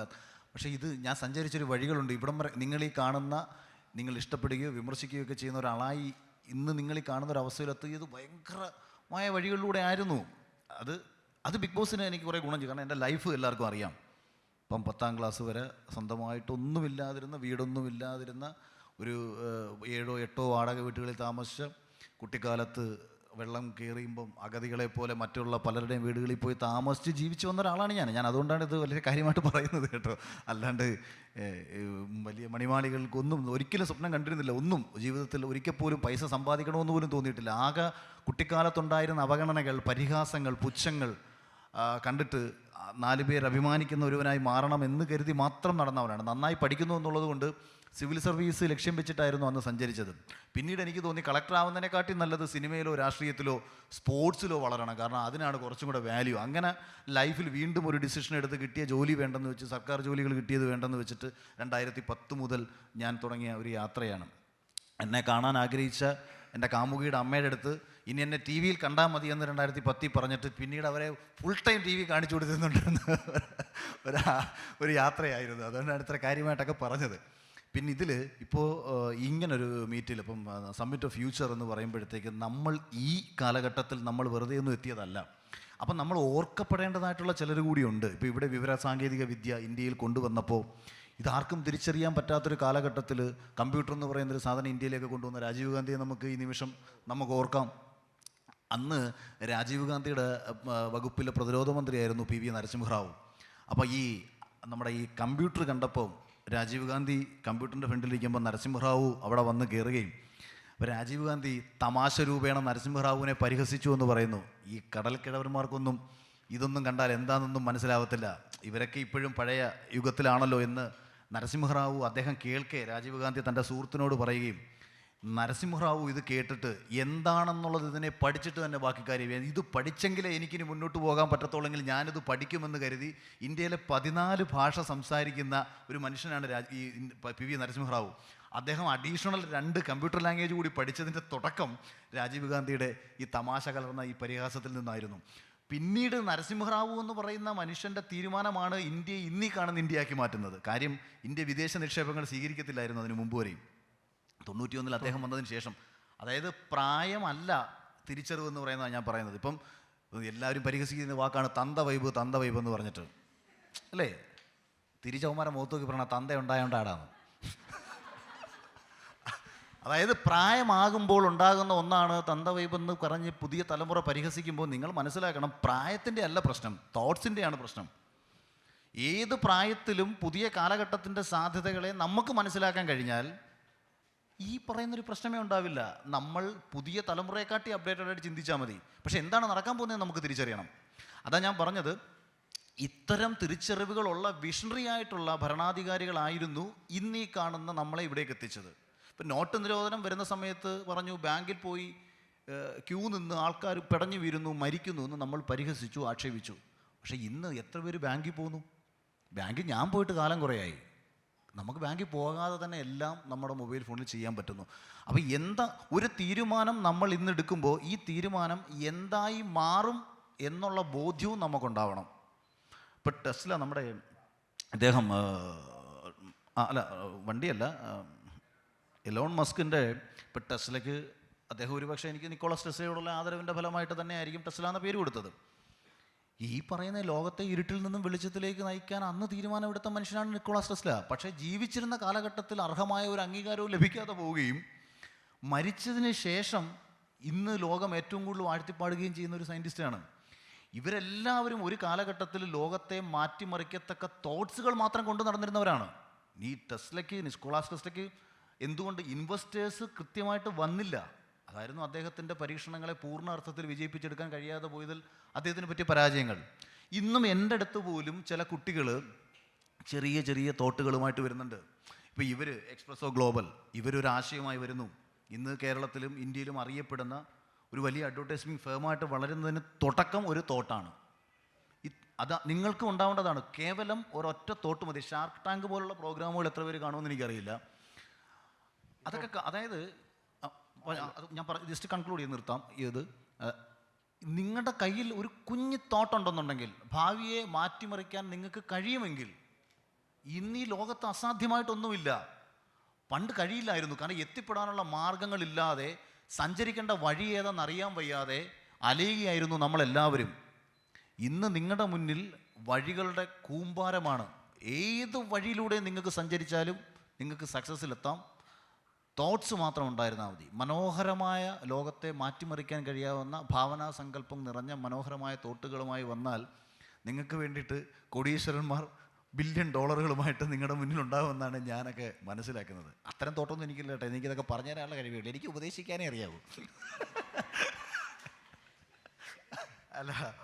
അല്ല ഉപദേശിക്കാൻ മാത്രമല്ല, പിന്നെ ആക്ച്വലി നേരത്തെ പറഞ്ഞ മാതിരി ഒരു 2010 അങ്ങനെ തീരുമാനിച്ചു. ഒരു 2023 ബിഗ് ബോസ് 23 അല്ല മീൻസ് ഒരു ടഫ് ജേണി ആണെന്നുള്ളത് വളരെ ക്ലിയർ ആണ്. കാരണം പരിഹാസങ്ങളും ആളുകൾ പലതും പറയുന്നതും അല്ല ആക്ച്വലി പിന്നെ ഞാൻ അതിൻ്റെ ഇടയ്ക്ക് ഔട്ട് ഓഫ് ദ ടോപ്പിക് ആയിട്ടുള്ളൊരു ഒരു ഒരു കാര്യം പറയാം. നേരത്തെ പറഞ്ഞല്ലോ, നമ്മൾ ആക്ച്വലി ആളുകളെ അടുത്തറിയുമ്പോഴോ അല്ലെങ്കിൽ നമ്മൾ പരിചയപ്പെട്ട് കഴിയുമ്പോഴോ ആയിരിക്കും പലപ്പോഴും നമ്മളെ ജഡ്ജ്മെൻറ്റ് പലപ്പോഴും മാറുക. അപ്പം അഖിൽ മാരാറിനെ കുറിച്ച് ചില സമയത്ത് എന്ത് നല്ല മനുഷ്യനാ, പിന്നെ ചോദിക്കും ഇങ്ങനത്തെ മനുഷ്യന്മാരുണ്ടോ.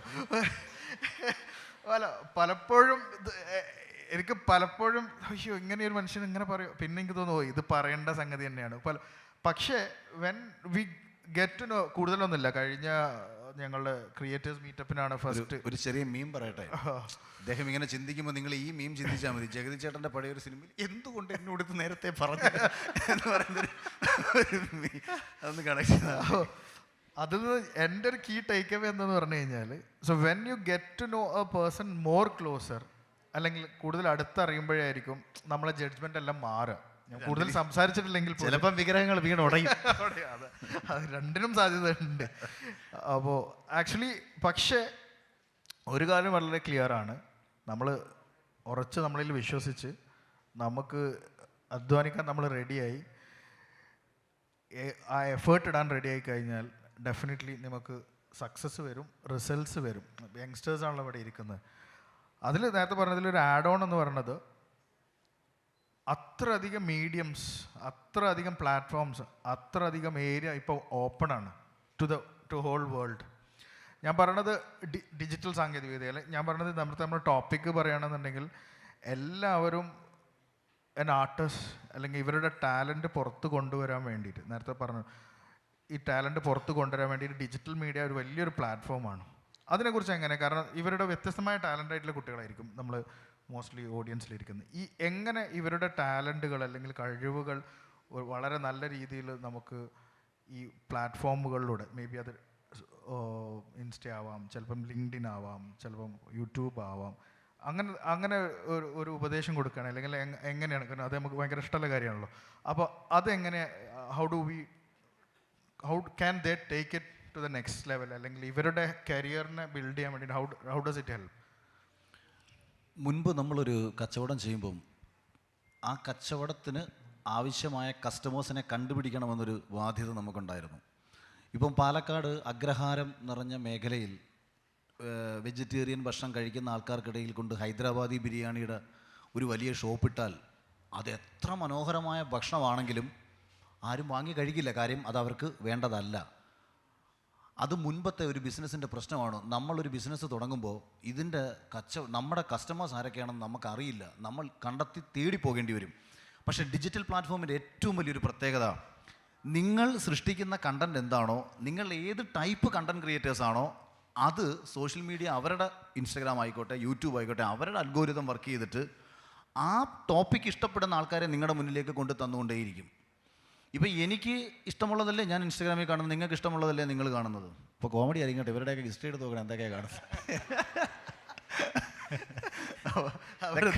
ഇതൊക്കെ പറഞ്ഞിട്ട് മറച്ചു പോകണം.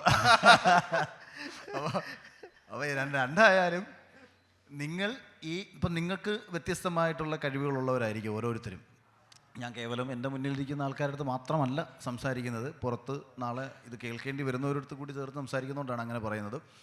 അപ്പം വ്യത്യസ്തമായ കഴിവുകളും വ്യത്യസ്തമായ അഭിരുചികളും വെച്ച് പുലർത്തുന്ന നിങ്ങളെ സംബന്ധിച്ച് നിങ്ങൾ ഈ പ്ലാറ്റ്ഫോമിൻ്റെ സാധ്യതകളെ രണ്ട് രീതിയിൽ നിങ്ങൾക്ക് യൂട്ടിലൈസ് ചെയ്യാം. അപ്പം മന്ത്ലി ഒരു വരുമാനം പ്രതീക്ഷിച്ചുകൊണ്ടാണ് നിങ്ങൾ പോകുന്നതെന്നുണ്ടെങ്കിൽ, ഇപ്പോൾ ഫേസ്ബുക്ക് ഇപ്പോൾ എത്രത്തോളം പേർക്ക് ആക്റ്റീവ് ആണെന്ന് എനിക്കറിയില്ല, പക്ഷേ എന്നെ സംബന്ധിച്ച് ഫേസ്ബുക്ക് എനിക്ക് ഇപ്പോഴും ഒരു വലിയ വരുമാന മാർഗ്ഗമാണ്. ഞാനങ്ങനെ റെഗുലറായിട്ട് കണ്ടൻറ് ക്രിയേറ്റ് ചെയ്ത് വീഡിയോ ഇടുന്ന ആളൊന്നുമല്ല. ഞാൻ എന്തെങ്കിലുമൊക്കെ ഇടയ്ക്കിടുന്നു എങ്കിൽ പോലും ഒരു ഫേസ്ബുക്കിൻ്റെ റവന്യൂ എങ്ങനെ, എനിക്ക് എബോവ് 2.5 lakhs വരെ കിട്ടിയിട്ടുള്ള സമയങ്ങൾ ഉണ്ടായിട്ടുണ്ട്.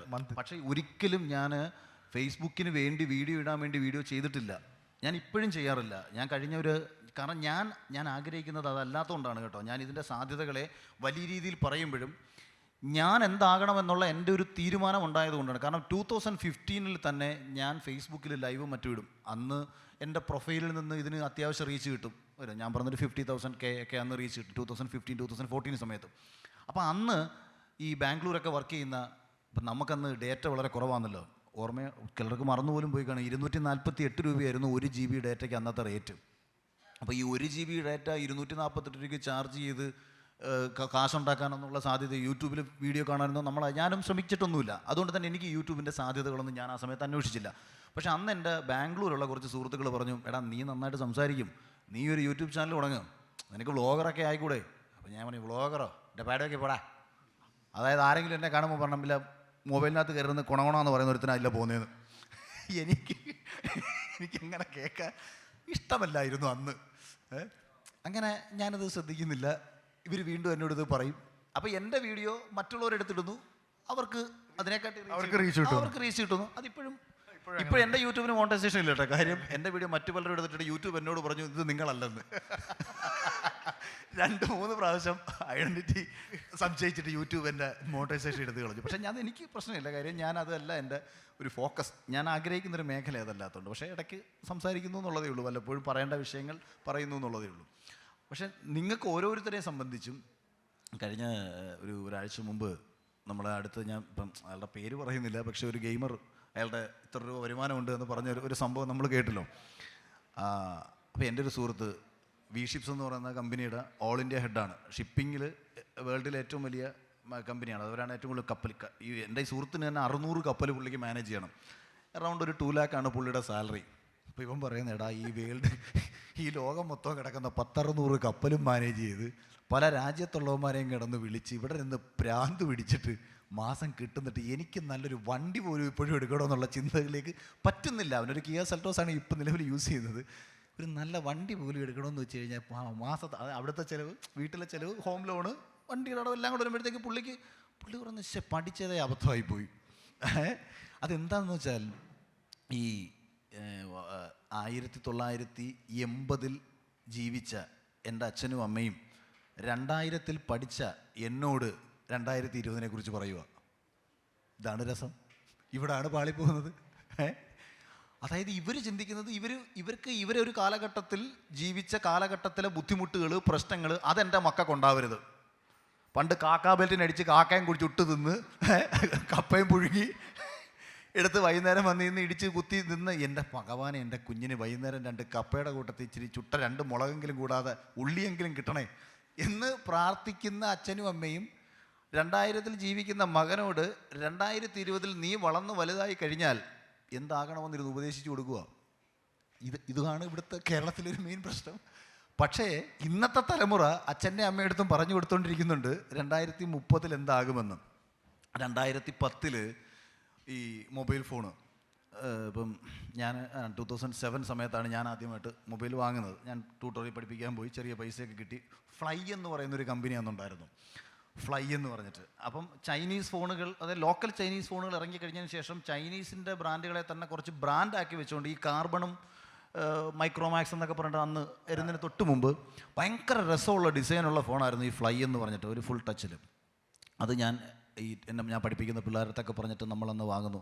പിന്നീട് 2009 ഞാൻ എനിക്ക് ഫസ്റ്റ് ജോലി കിട്ടുന്നത് ഒരു US കമ്പനിയാണ്. നിങ്ങളിപ്പോൾ കേട്ടിട്ടുള്ള ബ്രാൻഡ് ഉണ്ടല്ലോ, ബോട്ടോക്സ് എന്നൊക്കെ പറയുന്നത്. അപ്പം ബോട്ടോക്സിൻ്റെ മാനുഫാക്ചേഴ്സ് അലെർഗൻ എന്ന് പറയുന്ന കമ്പനിയാണ് അമേരിക്കയിലുള്ള. അവരാണ് വേൾഡ് നമ്പർ 1 കോസ്മെറ്റിക്സ് ലീഡ് ചെയ്യുന്നത്. അപ്പോൾ അതിൻ്റെ ടെറിട്ടറി മാനേജറായിട്ട് ഞാൻ ജോയിൻ ചെയ്യുമ്പം കമ്പനി എനിക്കൊരു വിൻഡോസ് ഇതുള്ള HTCയുടെ ഫോണാണ് തരുന്നത്. ഹൈടെക് കമ്പ്യൂട്ടർ എന്നായിരുന്നു അതിൻ്റെ അന്നത്തെ ഷോർട്ട് ഫോം എന്നാണ് തോന്നുന്നത്. അപ്പം ഈ 2009 നമ്മൾ ഈ ഫോണ് കിട്ടി. ഇത് കണ്ടാൽ ഒരു മനുഷ്യർക്ക് മനസ്സിലാവില്ല, കാരണം ഇത് ഫുള്ള് ടച്ചാണ്. അപ്പം ഇത് ഒരു ദിവസം തിയേറ്ററിൽ വെച്ച് കളഞ്ഞുപോയി. എൻ്റെ ഇന്ന് ഫോൺ എൻ്റെ പോക്കറ്റിൽ നിന്ന് കളഞ്ഞുപോയി. ഇത് ഫോണാണെന്ന് മനസ്സിലാവാത്തതുകൊണ്ട് വീഡിയോ ഗെയിമാണെന്ന് കരുതിയിട്ട് എനിക്ക് തിരിച്ച് കിട്ടി. സെക്യൂരിറ്റി എടുത്ത് വെച്ചിരുന്നു, തിരിച്ചു തന്നു. അപ്പോൾ ആ കാലഘട്ടത്തിൽ വിൻഡോസിൽ നിന്ന് ആൻഡ്രോയിഡിലേക്ക് വരികയും ഇന്ന് നമ്മൾ ഈ കാണുന്ന സകല ചേഞ്ചസിലേക്ക് നമ്മൾ വരുമ്പോൾ ഒരു ഭീകര ഷിഫ്റ്റ് നമുക്ക് സംഭവിച്ചു. ഡിജിറ്റൽ പ്ലാറ്റ്ഫോമുകൾ എന്ന് പറയുന്നൊരു സാധ്യതയും ആ സാധ്യതയിലൂടെ നമുക്ക് ജീവിക്കാൻ കഴിയുന്നു എന്നുള്ളതും. പരമ്പരാഗത ശൈലിയിലുള്ള പഠിത്തങ്ങളല്ല. ഇപ്പം ഞാൻ ഈ അടുത്തൊരു സ്കൂളിൽ പോയപ്പോൾ ഞാൻ പറഞ്ഞു, എൻ്റെ മക്കൾ പരാജയപ്പെടാൻ വേണ്ടിയിട്ട് എൻ്റെ ഭാര്യയോട് പറയുന്ന ഒരാളാണ് ഞാൻ. അല്ലാതെ ഫസ്റ്റ് എ ഗ്രേഡ് മേടിക്കണമെന്നോ എ ഗ്രേഡ് കിട്ടാത്തതിൻ്റെ പേര് വഴക്ക് പറയുന്ന ഒരാളെ അല്ല ഞാൻ സ്കൂളിൽ ഫസ്റ്റ് മേടിച്ചുകൊണ്ടാണ് ഞാൻ ഈ പറയുന്നത്. ഈ രക്ഷകർത്താക്കളുടെ ഭൂരിഭാഗത്തിൻ്റെയും പ്രശ്നം ഇതാണ്. ഈ ഒരു പ്രയോജനവുമില്ലാത്ത പാഠപുസ്തകത്തിൽ എഴുതി വെച്ചേക്കുന്ന കുറേ കാര്യങ്ങൾ എടുത്ത് ഞങ്ങൾക്ക് കാണാതെ പഠിപ്പിക്കും. പ്രയോജനപ്പെടേണ്ട ഒരു കുന്തങ്ങളും ഒരു സ്കൂളുകളിലും പഠിപ്പിക്കുന്നതുമില്ല. ജീവിക്കണം എന്നത് എങ്ങനെ ഒരു മനുഷ്യനും പഠിപ്പിക്കുന്നില്ല. എങ്ങനെ സമൂഹത്തെ തിരിച്ചറിഞ്ഞ് മുന്നോട്ട് പോകണമെന്ന് എൻ്റെ അറിവിൽ ഒരു സ്കൂളിലും പഠിപ്പിച്ചിട്ടില്ല. എനിക്ക് എൻ്റെ സ്കൂളിൽ നിന്നും കിട്ടിയിട്ടില്ല. നല്ല സൗഹൃദങ്ങളല്ലാതെ സ്കൂളുകളിൽ നിന്ന് എനിക്ക് പ്രത്യേകിച്ച് ഒന്നും കിട്ടിയിട്ടില്ല. ഞാൻ പഠിച്ച സൈൻ തീറ്റയും കോസീറ്റയും ടാൻ തീറ്റയും ഉൾപ്പെടെ അല്ലെങ്കിൽ അന്ന് പഠിച്ച ഒന്നും തന്നെ എൻ്റെ ജീവിതത്തിൽ പ്രയോജനപ്പെട്ടിട്ടേ ഇല്ല. ഒരു അല്ല, സെയിം അനുഭവം. അല്ല, ഞാനിത് പറഞ്ഞത് നിങ്ങളും നിങ്ങളുടെ തലമുറയോട് വിദ്യാഭ്യാസം എന്നത് എന്താണെന്ന് കൂടി പറഞ്ഞു കൊടുത്തിട്ട് കാലഘട്ടത്തിൻ്റെ സാധ്യതകളെ തിരിച്ചറിഞ്ഞുകൊണ്ട് മുന്നോട്ട് പോകാൻ പറയണം. ഇപ്പോൾ യൂട്യൂബിൽ നിന്ന് ഉള്ള വരുമാനം ഫോക്കസ് ചെയ്യാൻ ആഗ്രഹിക്കുന്നവർക്ക് ഇൻസ്റ്റഗ്രാമിൽ നിന്ന് വരുമാനം ലഭിക്കില്ല. പക്ഷേ ഇൻസ്റ്റഗ്രാമിലൂടെ നിരവധി ഇൻ്റർനാഷണൽ തൊട്ട് നാഷണൽ ലെവലിൽ വരുന്ന കൊളാബറേഷൻസ് നിങ്ങൾക്ക് ലഭിക്കും. ഈ കൊളാബറേഷൻസ് നിങ്ങൾക്ക് വലിയ വരുമാനം ഉണ്ടാക്കി തരാനുള്ള കാരണമായിട്ട് മാറും. എനിക്കും കഴിഞ്ഞ കുറേ നാളുകളായിട്ട് ലഭിച്ചുകൊണ്ടിരിക്കുന്നതും ഇൻസ്റ്റാഗ്രാമിൻ്റെ കൊളാബറേഷനും മറ്റും വഴിയുള്ള വരുമാനങ്ങളാണ്. ഫേസ്ബുക്കിൻ്റെ വരുമാനം മുൻപത്തതിനെക്കാട്ടിയും 3-1, 4-1 ഒക്കെ ആയിട്ട് കുറഞ്ഞിട്ടുണ്ട്.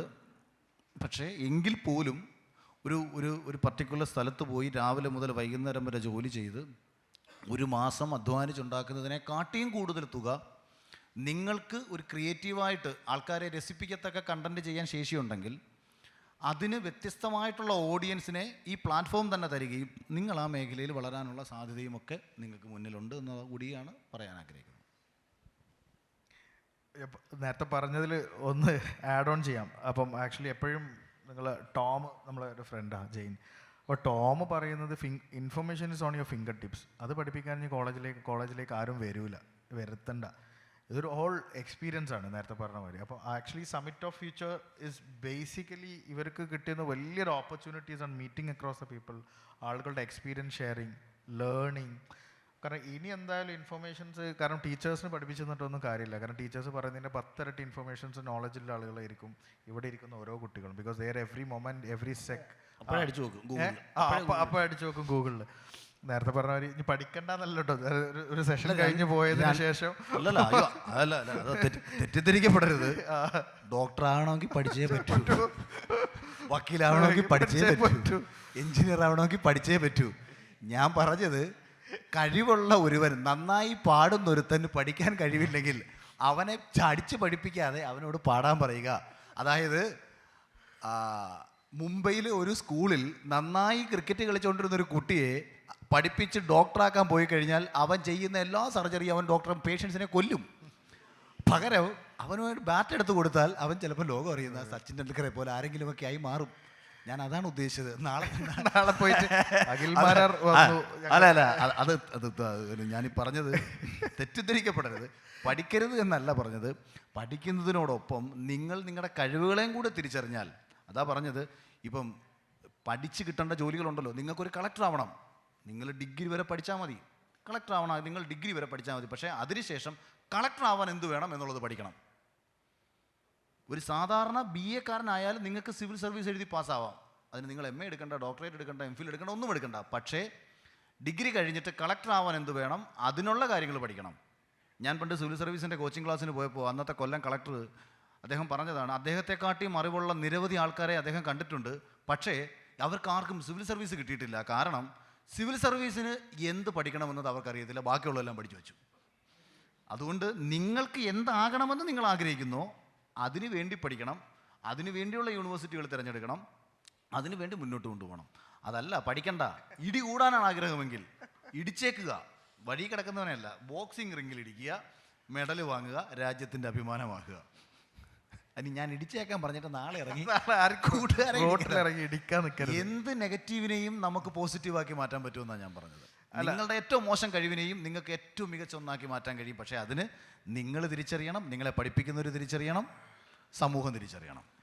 അല്ല, വളരെ ഒരു റിയൽ എക്സാമ്പിൾ ആക്ച്വലി ഈ പറഞ്ഞ സ്കൂളിൽ ഇപ്പോൾ അഖിൽ വാസ് ലൈക്ക് ടോപ്പറായിരുന്നു, അല്ലെങ്കിൽ നല്ല പഠിക്കാൻ എടുക്കാനായിരുന്നു. ഞാൻ ഏറ്റവും one of the weakest student ആയിരുന്നു എൻ്റെ സ്കൂളിൽ. കാരണം 8ാം ക്ലാസ്, 9ാം ക്ലാസ്, 10ാം ക്ലാസ്. ആക്ച്വലി എനിക്കൊരു സ്കൂളുണ്ട്. അപ്പോൾ ഞാൻ 8ാം ക്ലാസ്സിന് പുറത്താക്കും, 9ാം ക്ലാസ്സിന് പുറത്താക്കും, 10ാം ക്ലാസ്സിന് പുറത്താക്കും. ആക്ച്വലി എന്നെ മാത്രമായിരുന്നു എല്ലാവരും പ്രിൻസിപ്പൾ അടുത്ത് ഇപ്പോഴേക്ക് വന്നിട്ട് ചോദിക്കും എങ്ങനെയെങ്കിലും ഇവനൊന്ന് പാസ്സാക്കുക. കാരണം ഒറ്റ ആൾ തോൽക്കുന്നത് CBSE സ്കൂളിലാണ് പഠിച്ചത് ഞാൻ മാത്രമായിരുന്നു. അപ്പോൾ ആക്ച്വലി ഇപ്പോൾ ആ എൻ്റെ സ്കൂളിൻ്റെ principal, vice principal, academic coordinator, art coordinator 8 teachers എന്നെ പഠിപ്പിച്ച ടീച്ചേഴ്സാണ് എപ്പോൾ ഞാൻ എൻ്റെ സ്കൂളിലുള്ളത്. അപ്പോൾ ഞാൻ സ്വന്തം സ്കൂളിൽ പണ്ട് എന്നെ പുറത്താക്കിയ പ്രിൻസിപ്പളാണ്. ഞാൻ പറഞ്ഞു വന്ന സാധനം എന്ന് വെച്ചാൽ വാസ് ലൈക്ക് ഭയങ്കര നമുക്ക് ഇരിക്കാൻ കഴിവരൂല. അല്ലെങ്കിൽ സ്പോർട്സ് ഡേ, ആർട്സ് ഡേ ഇതിന് വേണ്ടിയിട്ട് മാത്രമായിരുന്നു നമ്മൾ സ്കൂളിൽ, ഇതായിരുന്നു നമ്മളൊരു ഇൻസ്പിറേഷൻ. അപ്പം actually I have A management skill. അപ്പം ഞാൻ സ്വയം തിരിച്ചറിഞ്ഞതെന്ന് വെച്ചാൽ എനിക്ക് ആളുകളെ മാനേജ് ചെയ്യാൻ പറ്റും, അവരുടെ കഴിവുകൾ കണ്ടെത്താൻ പറ്റും, ചെയ്യിപ്പിക്കാൻ പറ്റും. അപ്പോൾ അങ്ങനെ ഞാൻ ഇപ്പോൾ നേരത്തെ പറഞ്ഞ മാതിരി പഠിക്കണ്ടെന്നല്ല പറഞ്ഞത്, പക്ഷേ നമ്മളുടെ സ്വയം കഴിവുകൾ നമ്മൾ സ്വയം തിരിച്ചറിഞ്ഞു കഴിഞ്ഞാൽ അത് വെച്ചിട്ട് നമ്മൾ എങ്ങനെ how do get the best out of us, how do it can impact society, how do we can create something out of it. ഇങ്ങനെ നമുക്ക് ചെയ്യുകയാണെന്നുണ്ടെങ്കിൽ that makes a huge impact. നേരത്തെ പറഞ്ഞാൽ പഠിക്കരുത് എന്ന് പറയുന്നതല്ല കേട്ടോ എൻഡ് ഓഫ് ദ ഡേ, പക്ഷേ what you want to learn, എന്താണ് എനിക്ക് വേണ്ടതെന്നുള്ള സ്വയം തിരിച്ചറിവ് ഉണ്ടായിക്കഴിഞ്ഞാൽ ദാറ്റ്സ് ഡൺ. അത് വെച്ചിട്ട് സമൂഹത്തിന് ഉപകാരപ്പെടുന്ന ഒരു സംഗതിയും നിങ്ങൾക്ക് ചെയ്യാൻ പറ്റിക്കഴിഞ്ഞാൽ you can be really successful in you. നിങ്ങൾക്ക് അതിൽ ബെസ്റ്റ് ആകാൻ കഴിയും, അതാണ് എൻ്റെ പ്രത്യേകത. നിങ്ങൾക്കൊരു നേഴ്സ് ആവണം എന്നുള്ളതാണ് ആഗ്രഹം. അങ്ങനെ എനിക്ക് രോഗികളെ ശുശ്രൂഷിക്കണം, എനിക്ക് അവരുടെ മകനായും അമ്മയായും സഹോദരിയായി നിൽക്കാനുണ്ട് പെൺകുട്ടി ആഗ്രഹിക്കുകയാണെന്നുണ്ടെങ്കിൽ, അതാണ് ആഗ്രഹിക്കുന്നതെന്നുണ്ടെങ്കിൽ 100% അവൾ ആതുര സേവന മേഖലയിലേക്ക് പോകണം ഭാവിയിൽ. അപ്പം നമ്മൾ ചിന്തിക്കേണ്ടത് കേവലം നഴ്സിംഗിൽ ഒതുങ്ങില്ല. അപ്പം നമ്മൾ ചിന്തിക്കേണ്ടത് മദർ തെരേസയ്ക്ക് കിട്ടിയ അവാർഡുകൾ വരെ എനിക്ക് ലഭിച്ചേക്കാം, ആ സാധ്യതകൾ വരെ എൻ്റെ മുന്നിലുണ്ട് എന്ന് ചിന്തിച്ചിട്ട് നമ്മുടെ ഇഷ്ടങ്ങൾ എന്താണോ ആ ഇഷ്ടങ്ങൾക്ക് പിന്നാലെ സഞ്ചരിക്കുക. അതിന് ചിലത് പഠിച്ചേ പറ്റൂ, ചിലത് അതായത് അക്കാഡമിക്കലി മുന്നോട്ട് പോയെങ്കിലേ ചില കാര്യങ്ങൾ നിങ്ങൾക്ക് മുന്നോട്ട് പോകാൻ പറ്റൂ. അത് നിങ്ങളുടെ ആഗ്രഹത്തിനെ ബേസ് ചെയ്തിരിക്കും. ക്രിക്കറ്റ് കളിക്കാരനാവാൻ നിങ്ങൾ അക്കാഡമിക്കലി മുന്നോട്ട് പോകണ്ട, നിങ്ങൾ പാട്ടുകാരനാവാൻ നിങ്ങൾ അക്കാഡമിക്കലി മുന്നോട്ട് പോകണ്ട, നിങ്ങൾക്കൊരു നടനാകാൻ നിങ്ങൾ അക്കാഡമിക്കലി മുന്നോട്ട് പോകണ്ട. അതൊക്കെ എന്ന് പറയുന്നത് ഇൻബോണായിട്ട് സർഗാത്മകമായിട്ട് ലഭിക്കുന്ന കഴിവുകളാണ്. ഇത് തിരിച്ചറിയേണ്ടത് നിങ്ങളും നിങ്ങളുടെ ചുറ്റുപാടും നിങ്ങളുടെ അധ്യാപകരും ഒക്കെയാണ്. അതേസമയം നിങ്ങൾക്ക് ഈ പ്രത്യേകിച്ച് ഇത്തരത്തിലുള്ള കാര്യങ്ങളൊന്നുമില്ല. നിങ്ങളുടെ മുന്നിൽ നിങ്ങൾക്ക് വളർച്ചയ്ക്ക് ഒരേറ്റ സാധ്യതയുള്ളൂ. അത് ഇവിടെ നടന്നുകൊണ്ടിരിക്കുന്ന ടിപ്പിക്കൽ എഡ്യൂക്കേഷൻ സിസ്റ്റം തന്നെയാണ്. അതേ നിങ്ങളെ മുന്നോട്ട് കൊണ്ടുപോകും. പിന്നെ ഇപ്പം നേരത്തെ പറഞ്ഞ കുറേ ആക്ടറാണ്, ഡയറക്ടറാണ്, റൈറ്ററാണ്. ഇതിൽ ആക്ച്വലി ഏതിലാണ് ഫ്യൂച്ചർ, അല്ലെങ്കിൽ ഏതിലാണ് നിങ്ങളെ ഏറ്റവും ഏറ്റവും ആഗ്രഹം, എവിടെ എന്തായിട്ട് അറിയപ്പെടണം, അല്ലെങ്കിൽ ഫ്യൂച്ചറിൽ വോട്ട്? എൻ്റെ ഭാവിയുടെ കാര്യം ഭയങ്കര പ്രശ്നത്തിലാണ്. ഞാൻ ഭയങ്കര കൺഫ്യൂസ്ഡാണ്. കാരണം ഞാൻ ഒരുവിധപ്പെട്ട എല്ലാ മേഖലയിലും ഒക്കെ ഉണ്ട്. സ്പോർട്സിൽ ഉണ്ടോയെന്ന് ചോദിച്ചാൽ അതിലുണ്ട്. ഇപ്പോൾ കൊച്ചി ബ്ലൂ ടൈഗേഴ്സിൻ്റെ ഭാഗമാണ്. അത് KCL ഇപ്പം നിലവിൽ ടോപ്പായിട്ട്. ഇപ്പോൾ ധോണിയുടെ കൂടെ ആഡ് ചെയ്തു. അതേപോലെ സിനിമയിൽ ഒരു സിനിമയാണെന്നുണ്ടെങ്കിലും എഴുതി സംവിധാനം ചെയ്തു. ഒരു സിനിമയിൽ ഇപ്പോൾ നായകനായി അഭിനയിച്ചു. ഒരു സിനിമ അടുത്ത മാസം ഷൂട്ട് തുടങ്ങാൻ പോകുന്നു. പൊതുവിഷയങ്ങളിൽ ഇടപെടുന്നുണ്ട്. പക്ഷേ സത്യസന്ധമായി പറഞ്ഞാൽ എനിക്ക് ഏറ്റവും ഇഷ്ടം ജനങ്ങൾക്ക് വേണ്ടി സംസാരിക്കുക എന്നുള്ളതാണ്. എന്ത് നശിച്ചാലും കംപ്ലീറ്റ് പോയാലും. ഞാൻ എൻ്റെ അടുത്ത് കുറച്ച് പേര് പറഞ്ഞാൽ ഇങ്ങനെ ബിസിനസ്സും കാര്യങ്ങളൊക്കെ നോക്കുന്നുണ്ട്, ഈ രാഷ്ട്രീയക്കാർ ഒന്ന് ശ്രദ്ധിച്ച് സംസാരിക്കണം അങ്ങനെ പറഞ്ഞു ആരെങ്കിലും? അങ്ങനല്ല, നെഗറ്റീവ്സ് അല്ല, പൊളിറ്റിക്സ് അല്ല. ഞാൻ എൻ്റെ പേഴ്സണൽ തോട്ട്സ് പറഞ്ഞതാണ്. അതായത് എനിക്ക് കൂടുതലും ഇഷ്ടം ഇപ്പം നമ്മളെ കൊണ്ട് മറ്റൊരാൾക്ക് പ്രയോജനപ്പെടുന്ന കാര്യങ്ങൾ ചെയ്യുന്നതിലാണ് ഞാൻ ഏറ്റവും കൂടുതൽ ആനന്ദം കണ്ടെത്തുന്നത്. അത് ഒരു പൊതുപ്രവർത്തകനായോ സാംസ്കാരിക മേഖലയിൽ നിൽക്കുന്ന ഒരാൾ, അതിലാണ് ഏറ്റവും കൂടുതൽ പേഴ്സണൽ സന്തോഷം. അതിപ്പം നമുക്ക് ഒരു നിലപാട് നമ്മൾ എടുത്തു എന്നതുകൊണ്ടൊരു നഷ്ടം വരുന്നതെന്ന് ഞാൻ ചിന്തിക്കാറില്ല. അത് ഞാൻ പലപ്പോഴും തുറന്നു പറയുന്ന ഒരാളാണ്. അതിലാണ് ഏറ്റവും കൂടുതൽ സന്തോഷം. പിന്നെ ഇങ്ങനെ പ്രശ്നങ്ങൾ വന്നുകൊണ്ടിരിക്കണം, എന്നിട്ട് അതിനെ ഇങ്ങനെ സോൾവ് ചെയ്ത് ഈ പസിൽ പോലെ ചെസ് കളിച്ച് എന്നിട്ട് മുന്നോട്ടും പോകണം. എന്നിട്ട് വരും തലമുറയോട് പറയണം, നിങ്ങൾ നിങ്ങളുടെ വ്യക്തിത്വം കാത്തു സൂക്ഷിക്കൂ, ഒന്നിനു വേണ്ടിയിട്ടും നിങ്ങൾ നിങ്ങളുടെ വ്യക്തിത്വം കളയാതിരിക്കൂ. അപ്പോൾ ആ പേഴ്സണാലിറ്റി കീപ്പ് ചെയ്തുകൊണ്ട് തന്നെ നിങ്ങൾക്ക് മുന്നോട്ട് പോകാൻ കഴിയും. അപ്പോൾ അതൊക്കെയാണ് ഞാൻ എൻജോയ് ചെയ്യുന്ന പ്രോസസ്സ്. പിന്നെ ഇവിടം വരെ എത്തിയത് ആരൊക്കെയോ എത്തിച്ചതാണ്.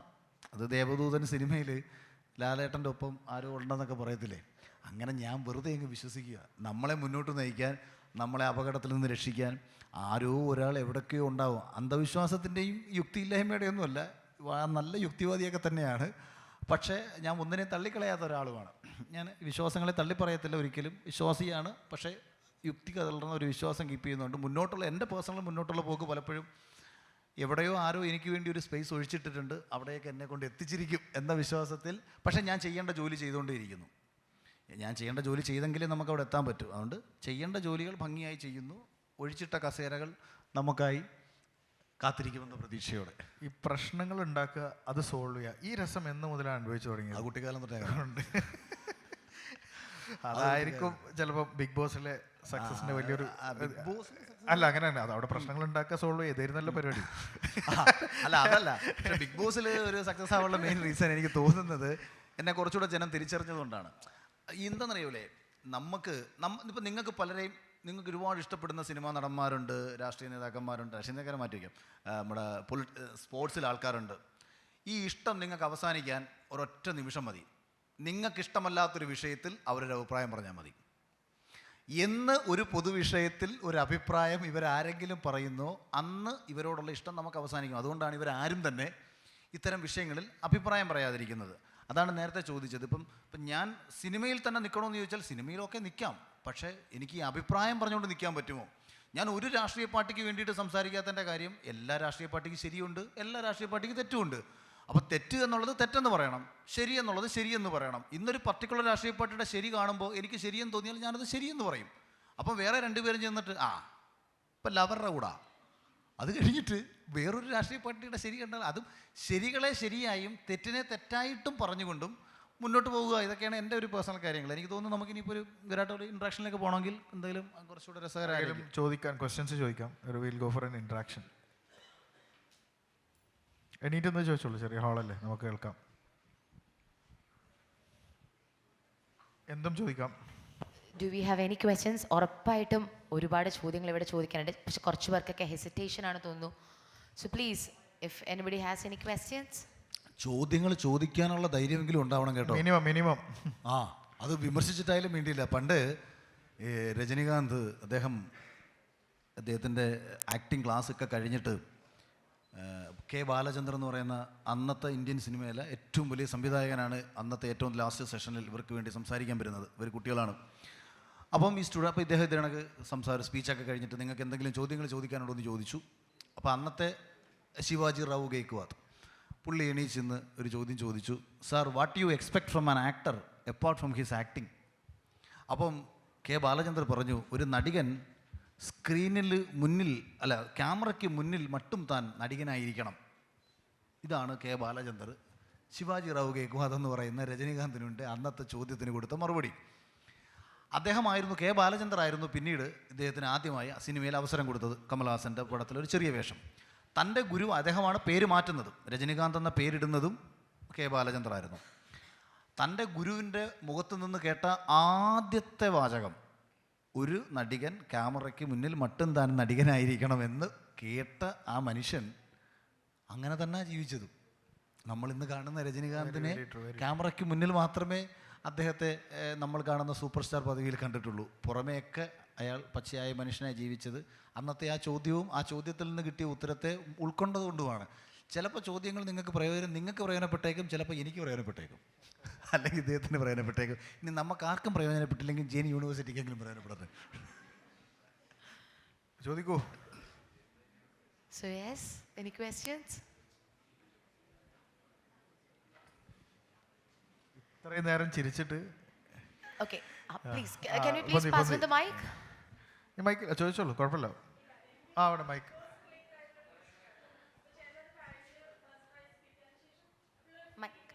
മൈക്കിൽ പറയാമോ പ്ലീസ്? ക്യാമറയ്ക്ക് വേണ്ടിയിട്ടാണ്, അതുകൊണ്ടാണ്. Thank you. എൻ്റെ ക്വസ്റ്റ്യൻ എന്ന് പറയുന്നത്, മൈക്ക് ഒന്നും കൂടി അടുത്ത്. കുഴപ്പമില്ല.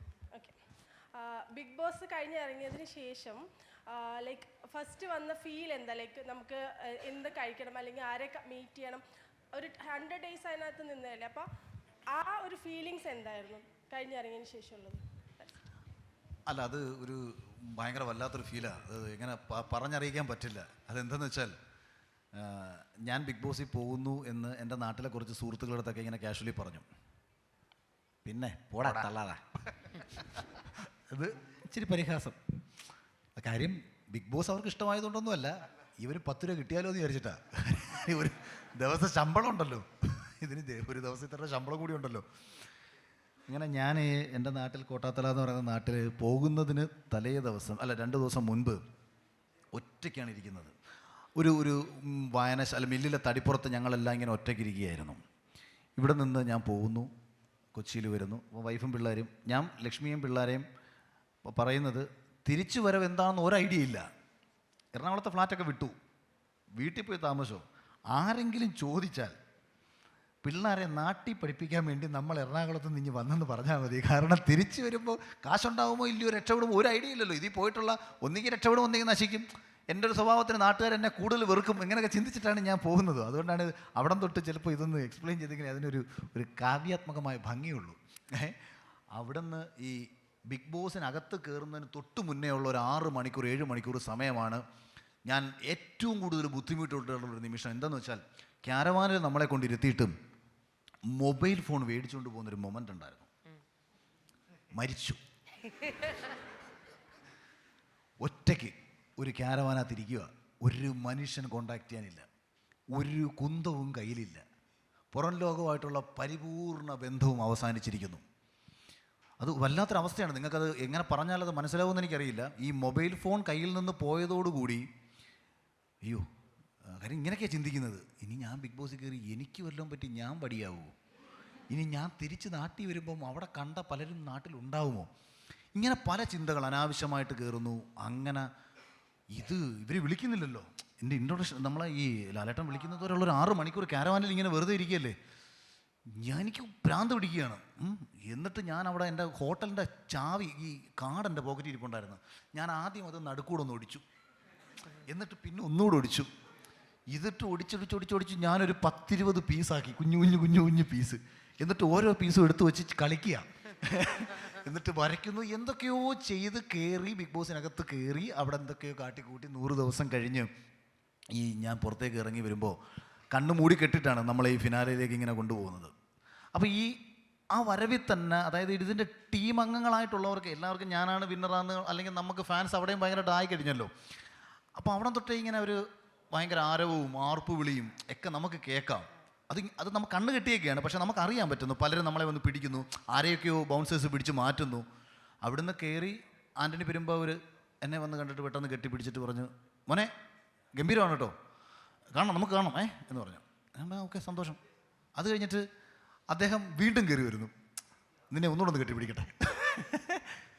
കൊള്ളാമല്ലോ, കാര്യം നമ്മൾ ആന്റണി ചേട്ടനെയൊക്കെ എത്രയോ കാലം കാണാൻ ആഗ്രഹിച്ചതാണ്. എന്നിട്ട് അവിടെ എല്ലാവരും നമ്മളെ ഭയങ്കര, അതായത് ഞാൻ വിന്നറെ പ്രഖ്യാപിച്ചിട്ടൊന്നുമില്ല, ഞാൻ വെളിയിൽ നിൽക്കുമ്പോൾ തന്നെ ആൾക്കാരുടെ റെസ്പോൺസ് ഭയങ്കരമായ ഒരു അനുഭവമായിരുന്നു.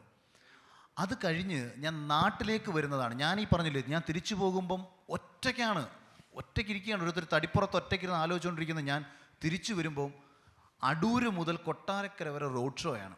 അതായത് 23 കിലോമീറ്റർ റോഡ് ഷോയിൽ. ഇത് എന്തിനാന്ന് ചോദിച്ചാൽ ഒളിമ്പിക്സ് കിട്ടിയിട്ട് വന്നവർക്ക് കൊടുക്കണമെന്ന് ഞാൻ പറയും, അല്ലാതെ ഇതൊന്നും ചെയ്യേണ്ട ഒരു കാര്യമില്ല. പക്ഷേ നമ്മളുള്ള സ്നേഹം ഒരു 10-25,000 പേരിലധികം ഉണ്ടാവണം. അത്രയും ക്രൗഡ് കാരണം എനിക്ക് വീട്ടിൽ പോലും കയറാൻ പറ്റിയില്ല. കാര്യം റോഡ് കംപ്ലീറ്റ്ലി ബ്ലോക്ക് ആവുന്നു. അപ്പോൾ ഇത് എനിക്ക് ചിന്തിച്ചെന്നറിയോ, കുചേലൻ മറ്റേ പണ്ട് കൃഷ്ണനെ പോയി കണ്ടിട്ട് തിരിച്ചു വരുമ്പോഴത്തേക്ക് ഭയങ്കര ചേഞ്ച് ഉണ്ടാവുമല്ലോ, തിരിച്ചു വരുമ്പോഴത്തേക്ക് അതുപോലത്തെ ഒരു ഫീലായിരുന്നു. ഇനി ഒരു കാര്യം കൂടെ പറയാം. പലപ്പോഴും പല ആൾക്കാർക്കും പറ്റുന്നൊരു പ്രശ്നം, ഈ നമ്മളെ ഇഷ്ടപ്പെടുന്ന ഒരു വലിയ ക്രൗഡ് നമുക്ക് ചുറ്റിലേക്ക് എത്തുമ്പോൾ നമ്മൾ അഹങ്കാരികളായിട്ട് മാറും. നമ്മൾ കരുതും ഇതാണ് ലോകം, ചുറ്റിനും ജയ് വിളിക്കാൻ ആൾക്കാർ, ഇനി എല്ലാവന്മാരെയും അങ്ങ് പൊച്ചിച്ചേക്കാം. കുറേ ഫാൻസ് ആയിട്ടുണ്ട്, കുറേ ആരാധകരായിട്ടുണ്ട്. ഇത് 99% ചെറിയ ലെവൽ മുതൽ വലിയ ലെവൽ വരെ സെലിബ്രിറ്റികൾക്ക് സംഭവിക്കുന്നൊരു അപകടമാണ്. ഇതിന് പുറത്തൊരു ലോകമുണ്ട്. യവൻ എന്തുവാടാ ഈ പട്ടിക്കൂറ ഷോ കാണിക്കുന്നത്, ഇത് എന്തെന്ന് കൂറ ഷോയാടാ ഇത്, ഇതിനകത്ത് എന്ന് കരുതി ചിന്തിക്കുന്ന, ഇത് എന്തെന്ന് പോലും അറിഞ്ഞുകൂടാത്ത, ഈവൻ ബിഗ് ബോസിൽ പോകുന്നതിന് മുമ്പ് ഞാൻ ചിന്തിച്ചിരുന്ന കണക്ക് പരിഹാസത്തോടെ തന്നെ കാണുന്ന വലിയൊരു സമൂഹം ചുറ്റിനുമുണ്ട് എന്ന് തിരിച്ചറിഞ്ഞുകൊണ്ടും എന്നെ ഇഷ്ടപ്പെടുന്നവരെക്കാട്ടിയും കൂടുതലും എന്നെ എതിർക്കുന്നവർ തന്നെയാണ് ഇന്നും സമൂഹത്തിലെന്ന് ഇത് കഴിഞ്ഞ 2 ദിവസം കൊണ്ട് തന്നെ ഞാൻ സ്വയം മനസ്സിലാക്കി. എന്നിട്ട് ആകെ ഞാൻ കൺവേർട്ട് ചെയ്യാൻ ശ്രമിച്ച ഒരേ ഒരു കാര്യം, വരുമാനം വന്നു തുടങ്ങുന്നത് സോഷ്യൽ മീഡിയ വഴിയാണെന്ന് തിരിച്ചറിഞ്ഞു. പല ആൾക്കാരും ഇൻസ്റ്റയിലും മറ്റും പോസ്റ്റ് ചെയ്യാൻ വേണ്ടിയിട്ട് പലതും എന്നോട് പോസ്റ്റ് ചെയ്യാൻ പറഞ്ഞു. എൻ്റെ അടുപ്പമുള്ള ഒരുപാട് സിനിമാ നിർമ്മാതാക്കളും സംവിധായകരും അവരുടെ സിനിമ റിലീസിങ് സമയത്ത് പോസ്റ്റേഴ്സ് അയച്ചു ഒന്ന് പോസ്റ്റ് ചെയ്യാൻ പറഞ്ഞു. അന്ന് മുതൽ ഈ നിമിഷം വരെ ഒരൊറ്റ പോസ്റ്റർ ഞാൻ പോസ്റ്റ് ചെയ്തിട്ടില്ല. കാരണം വേറൊന്നും കൊണ്ടല്ല, ഒരാൾക്ക് വേണ്ടി ഞാൻ പോസ്റ്റ് ചെയ്താൽ എല്ലാവർക്കും വേണ്ടി ഞാൻ പോസ്റ്റ് ചെയ്ത് കൊടുക്കണം. സിനിമ ഞാനും FFKയിൽ എല്ലാവരും നമുക്ക് അടുപ്പമുള്ളവരാണല്ലോ. ഒരാളെ ഒഴിവാക്കിയാൽ എല്ലാവരും ഒരുപോലെ ഒഴിവാക്കാം. ഇനി എൻ്റെ വരുമാന മാർഗം ഇൻസ്റ്റാ കൊളാബറേഷനാണ്. എൻ്റെ കണ്ടൻറ്റുകൾ കാണാനിരിക്കുന്ന ഓഡിയൻസിൻ്റെ ഇടയിലേക്ക് അവർക്ക് ഇഷ്ടപ്പെടുന്ന കണ്ടൻറ്റ് കൊടുക്കുക. അത് ഞാൻ മനസ്സിലാക്കി. കാരണം എനിക്ക് ആ കണ്ടൻറ്റ്, ആ റീച്ച് അവിടെ നിലനിർത്തിയെങ്കിൽ മാത്രമേ എനിക്ക് മുന്നോട്ട് പോകാൻ പറ്റൂ. അല്ലാതെ ഞാൻ അവർക്ക് ഇഷ്ടപ്പെടാത്ത കുറേ പോസ്റ്റുകൾ ഞാൻ പോസ്റ്റ് ചെയ്യുന്നു, അല്ലെങ്കിൽ കുറേ സിനിമ പോസ്റ്റേഴ്സ് ഞാൻ പോസ്റ്റ് ചെയ്യുന്നു. ടക്കനെ അവിടെ സോഷ്യൽ മീഡിയയുടെ അൽഗോരിതം കട്ട് ഓഫ് ആവുന്നു, ഓഡിയൻസിന് ഇൻട്രാക്ട് ചെയ്യാൻ താല്പര്യമില്ലാതാവുന്നു, അവർ കളഞ്ഞിട്ട് അവരെ പാട് നോക്കി പോകുന്നു. ഇന്നും ഇൻസ്റ്റഗ്രാമിൽ സ്റ്റോറി റീച്ച് എനിക്ക് എബോവ് 1 lakh ആണ്. ആവറേജ് ഒരു ദിവസം 1 ലക്ഷം പേര് എൻ്റെ സ്റ്റോറി ഇപ്പോഴും കാണുന്നുണ്ട്. എൻ്റെ പേഴ്സണൽ സ്റ്റോറിയൊക്കെ ആണെന്നുണ്ടെങ്കിൽ എബോവ് 150 പോവും. അതെന്തുകൊണ്ടാണെന്ന് പറഞ്ഞാൽ നമ്മൾ അവർക്ക് വേണ്ടത് മാത്രം കൊടുത്ത് നിലനിർത്താൻ ആഗ്രഹിക്കുന്നതുകൊണ്ടാണ്. ആ ഓഡിയൻസിനെ മതി എനിക്ക്. പക്ഷേ ചേഞ്ച് ആയി കഴിഞ്ഞാൽ ഇവിടെ ഞാൻ അവസാനിക്കും. ഈ തീരുമാനം ഞാൻ സ്ട്രോങ് ആയിട്ട് എടുത്തപ്പോഴത്തേക്ക് എനിക്ക് ശത്രുക്കൾ കൂടി. കാരണം ഈവൻ പലർക്കും ഇഷ്ടപ്പെടത്തില്ല. ഈ അടുത്ത് ഞാൻ തന്നെ പറഞ്ഞു, ജോജി ചേട്ടൻ എൻ്റെ നമ്പർ ബ്ലോക്ക് ചെയ്തു എന്ന് പറഞ്ഞു. അരെ ഞാൻ ജോജി ചേട്ടൻ തമ്മിൽ, ചേട്ടൻ അനിയനും തമ്മിലുള്ള ബന്ധമാണ്. ബിഗ് ബോസ് കഴിഞ്ഞിറങ്ങി ഞാൻ നേരെ പോകുന്ന ജോജി ചേട്ടൻ്റെ വീട്ടിലേക്കാണ്. ഞങ്ങൾ അവിടെ നിന്ന് ഭക്ഷണം കഴിച്ച് പണി സിനിമ സംവിധാനം ചെയ്യാൻ വേണ്ടിയിട്ട് ജോജി ചേട്ടൻ എന്നെയും കൂടെ വിളിക്കുന്നു. നമുക്ക് രണ്ടുപേർ കൂടെ ഒരുമിച്ച് ഇത് ചെയ്യാം. ഞാൻ പറഞ്ഞു, ചേട്ടാ എനിക്ക് പറ്റത്തില്ല. കാരണം ബിഗ് ബോസ് കഴിഞ്ഞിറങ്ങിയാൽ എനിക്ക് ഫസ്റ്റ് വേണ്ടത് ഒരു ഫിനാൻഷ്യൽ സ്റ്റെബിലിറ്റിയാണ്. അവിടെ ഞാൻ വീണ്ടും ഒരു സംവിധായകനായി പോയാൽ 6 മാസം കൊണ്ട് എനിക്ക് കിട്ടിയ face value completely cut off ആവും. അപ്പോൾ എൻ്റെ ഫേസിനുള്ള വാല്യൂവിനെ ഞാൻ എത്രത്തോളം കൺവേർട്ട് ചെയ്ത് എടുത്ത് എപ്പോഴും ഞാൻ വീട്ടിൽ ചൊറിയും കുത്തിയിരിക്കുന്നു, അപ്പോൾ പേനയും പേപ്പറും എടുക്കും. അതുവരെയും ഞാൻ ഫിനാൻഷ്യലി കൺവേർട്ട് ചെയ്യും, ഫിനാൻഷ്യലി ഞാൻ സ്റ്റേബിൾ ആവും. ജോജി ചേട്ടനോട് ഞാൻ നോ പറഞ്ഞു. ആ പടത്തിലൊരു നല്ല വേഷം ചെയ്യാൻ വേണ്ടി എന്നെ വിളിച്ചു. ഞാൻ വീണ്ടും നോ പറഞ്ഞു. കാരണം ഞാനൊരു തീരുമാനമെടുത്തു. ഞാൻ ഇനാഗുറേഷന് ഇത്ര രൂപ ഞാൻ വാങ്ങും. അത് ഞാൻ പബ്ലിക്കായിട്ട് പറഞ്ഞു.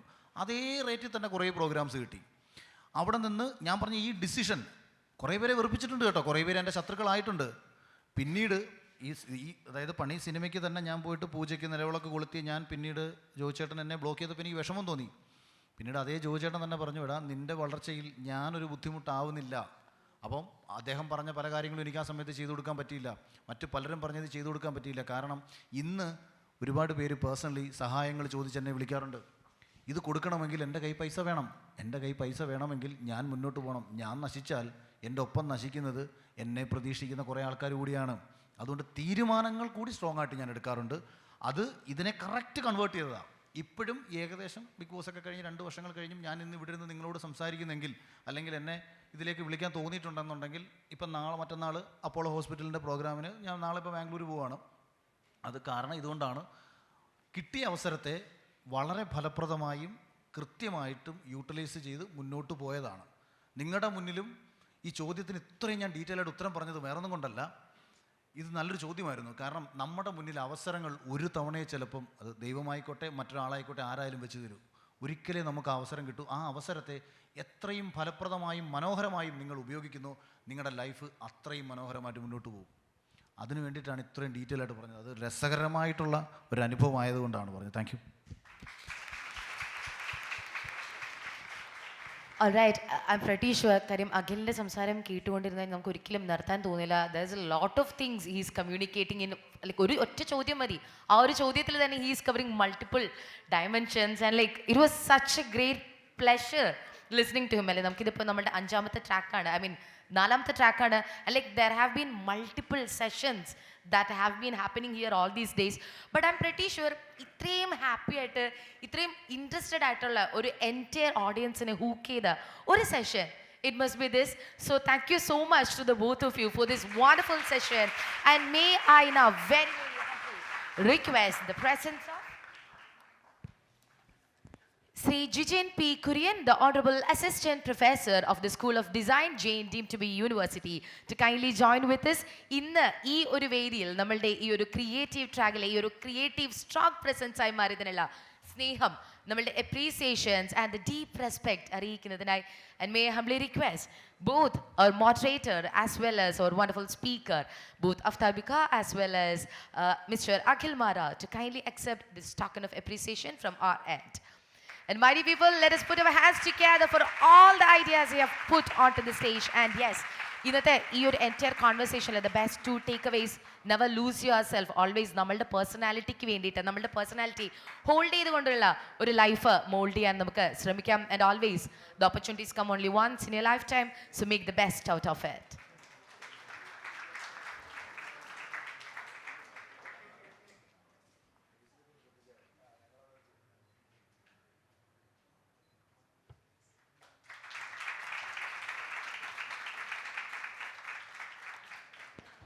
Thank you so much, and may I now humbly request all three of you to kindly join together for a group photograph, please.